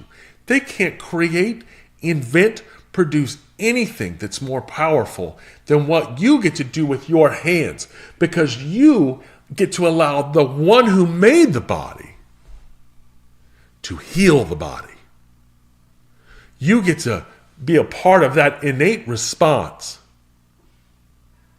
that allows you to put it in line so that God can take over, so that he can heal, so that the body can heal itself. But none of this is possible. 28 times less chances of surgery for spine? That's not possible for something that's not proven. 100 million adjustments a day? That's not allowed. There's no way that'd be allowed. There's no way that that'd be allowed to happen if it wasn't proven. There's no way it would lower costs of pharmaceutical drugs by 85% if it wasn't proven. Then I'll tell you this. Consumer Reports didn't have to write it. Didn't have to say it. Heck, they didn't even have to print it. But when you print something like that in writing, that it's more effective than medication, massage, yoga, Pilates, and over-the-counter drugs. I don't know if you can tell what I'm thinking or not. I don't know if you can tell what I'm thinking. I'm thinking it's proven. It's proven. Now I'm going to give you one more, okay? I'm going to give you one more. The integrity system is proven. It's proven. I have just the honor of knowing many of you for a very long time. Being that I've grown up in this company, being that I've worked here for almost 20 years now. There are some of you I've seen when you were a kid. I remember you coming out of school, and I get to see where life has taken you. I've seen some of you go from being afraid of kids to having many kids. I've seen some of you back when I was a kid, and I've seen you retire and still hang around. I've seen all these different things. And in that time, being that this company is right now 42 years old, and we're the only company that survived, and we're the only company who stuck around, and the only company who is thriving the way we're thriving, We're proven, man. We are proven. And that was none more proven to me even. I know what we do works. I know what the answers we have are awesome. We have living proof. I have watched some of you go from bankrupt to killing it. I have watched offices where even you told me this isn't going to work, and then watched you come back and say, I was wrong. I have watched things that people said wouldn't work. There are ideas I've come up with over the years that I was told was stupid. One of them was the wellness wall. I remember being told, I don't want to do that. That's unprofessional. I don't want that in my office. Why would we do this? And yet I have examples now of offices that are so grateful for that wall and what it's done and what it's meant to them. I have one I just got the other day. I didn't have this written in here. This just, as I'm saying it now, one of our integrity doctors, Dr. Dowd called me, and she told me, she said, I have a story for you that you're going to love. And I said, well, hit me with it. And I'm going to do my best to tell this from memory. But she told me that she had a patient come in, and this woman said, she was going through her care, and, she came to Dr. Dowd, and she said, I want you to know something. She goes, I'm here, and I'm going to complete my plan because I want to sign the wall. And they were like, well, great. Oh, that's great. We're thrilled. That's awesome. She goes, no, you don't understand. There's something I want to do though with it. She said, a few years ago, my husband was a patient here. And my husband signed that wall. And he recently passed. And when I do this, I want to sign my name next to his. Now, how cool is that? I want to sign my name next. I want to make sure I'm with him on that wall. Now, what makes this even cooler is that Dr. Dowd's wall has become almost a full hallway. They have had so many people sign that it's taking up more than one wall. And it's taking up so much wall space that he signed this a few years ago, and they didn't know where his signature was. So her team made a point to figure out, to try to track through their patient files when he came in, what month it would have been, try to go through their old photos, see when it would have been done. And they researched it and found the exact spot. They didn't know it before. She didn't know it. The wife didn't know it. But they found it. And on the day that her final visit of her treatment plan came, she signed the wall next to her husband. I'm telling you what, stuff like that, I love stories like, the magic behind that, the awesomeness behind it, the purpose behind it. But it leads me to one more simple kind of concept here, folks. The integrity system is proven. It's proven. It works. It does it. And man, I was no more even proved that than this year. This year at our Dallas Super Saturday. At Super Saturday in Dallas, Dr. Doug taught an awesome class. I know he taught just one now a little bit ago that was awesome, but he had an awesome class called There's Something Happening Here. And in that class, he laid out all of the stuff that we have been saying for years, all of the data that we have been pushing, that we have been grilled for. The doctor said we were just making up. And doctors had pushed back like we didn't know, like this wasn't real, like this was all fake. And everything that we'd had in our Living Well for Life class, our old How to Stay Young class, our reports, everything. We were treated like we still were in the state of proving. And he came out and showed all of these major health experts, all of them, that literally even had graphs that I would have said, maybe one of them visited your office and stole it from us. They might have snuck a picture and added it to their own book. It was so stinking similar. Why? Because we weren't wrong. What we're doing is proven. We're not just throwing a bunch of concepts at you and hoping one sticks, hoping one works, hoping we get lucky. Everything we give you, everything we provide you, everything we have for you, we want to make sure it's proven first. proven? How proven? When I say we've been in business 42 years, here's what else I'm saying. We've opened more than 7,000 clinics from scratch. 7,000. We've helped our offices get millions of new patients. 78% of our membership collects over $40,000 a month in their office. And here's the fun one. This is even one of our newest concepts, one that was unfamiliar and uncomfortable for a lot of different people initially because they didn't understand it. We came out with Destination Wellness Rewards, our rewards program for wellness patients. This program is only 3 years old. Only 3 years old. And look at this. It's doubled in the last 2 years.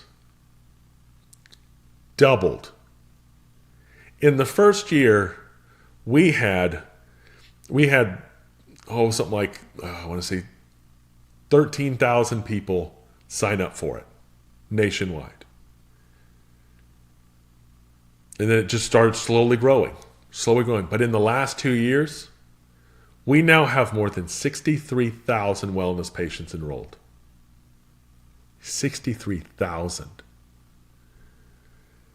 Since its enrollment, since it started, there have been 527,486 plus meaning because we get more added every minute of every day, and I had to cap it to put it in here.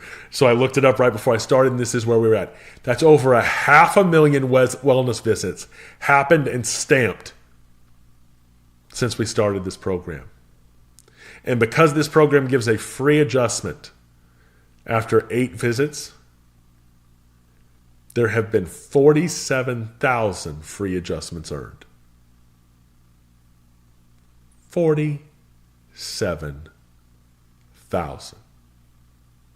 Now, here's what I want to kind of round this out a bit. Do you really think we could get 500,000 wellness visits under a program if this thing wasn't proven? Do you really think that you could have gotten this from, we could have grown you to where we've grown you if this wasn't proven? Do you really think we could still be in business after 42 years if this wasn't proven? Do you really think we'd be here with you today on a Saturday morning on YouTube if this wasn't proven? It's proven. The integrity system is proven. Look at the offices. Look at the elite doctors coming through. Look at yourself. Look at what you're doing. It's proven. Which lends me to this, one of my favorite quotes by Walt Disney. When you believe in a thing, believe in it all the way, implicitly and unquestionable. I want to end this with one very simple statement. I believe in you.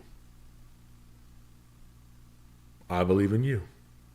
See, in doing this 20 years, I have learned and seen, and I've seen a lot of people. I've seen people that, some would say wouldn't have made it. I've seen doctors that told me they didn't think they'd make it. I've seen offices that have grown bigger than I even ever thought possible. I've seen things happen and things come to fruition that I never dreamt possible. And all of that is because it was proven. See, what we're all really doing here is working to prove. I think you're even kind of brought up as a young kid, you're kind of told, well, you need to prove yourself. And I think for a lot of us, we can sometimes feel like we're still doing that. We're still proving ourselves to our teachers, still proving ourselves to our parents, still proving ourselves to family members, still proving myself to my wife or my husband or my partner or whomever. I'm still trying to prove myself to my kids, still trying to prove myself. But at some point, you have to realize and start believing that you've proven. It's proven. What I've done is proven. I'm in a profession that's proven. I'm using a system that's proven. I believe in a God who's proven. And the more you rely on things that are proven, and the more you trust things that are proven, you'll soon learn and you'll soon figure out that while you have felt like you are still in a state of proving, it may be time that you consider yourself proven. Proven. So I ask you the question I started with. When it comes to you, yourself, when it comes to your team, when it comes to your profession, when it comes to your God, when it comes to your coach, when it comes to your system,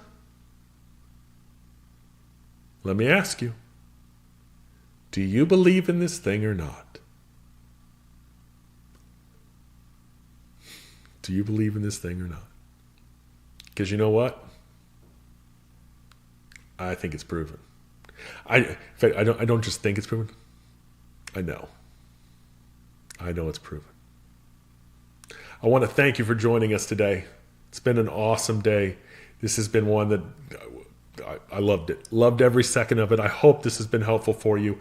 I hope you realize how much we believe in you, how much we want you to win, how much we are here for your success, and how we are here to make sure that we are all in a state of proven, because we are proven. Integrity is proven. Chiropractic is proven. And you know what? You are proven. You are awesome. Still a coupon code. Beast Mode. 24% off. Go get it now. Otherwise, before we go, I just want to pray for you. Okay? Pray for you and your team, and then we'll be off. God, I thank you for today. I thank you for this Saturday. I thank you for all that you've done. I thank you for the eyes that you opened. I thank you for the hearts that opened. I thank you for the minds that were allowed to take in some new things today and some new concepts. I want to pray over each and every one of our doctors and our team members and our coaches. I want to pray that you would give them the strength to fight for what they believe. Give them the strength to realize that your love and your grace and your future for them is proven. That you've made a way. You will continue to make a way. And you have a plan that's made for them. You've called them to this, and they will be better enriched, and they will thrive because of what you have in store for them by your purpose. God, I want to thank you for today. I want to thank you for our people, and I want to pray a blessing over each person that took the time out of their morning to be here this morning. It's in your awesome name we pray. Amen. Thank you for being here today, everybody. We love you. We thank you. We'll see you very soon. God bless you.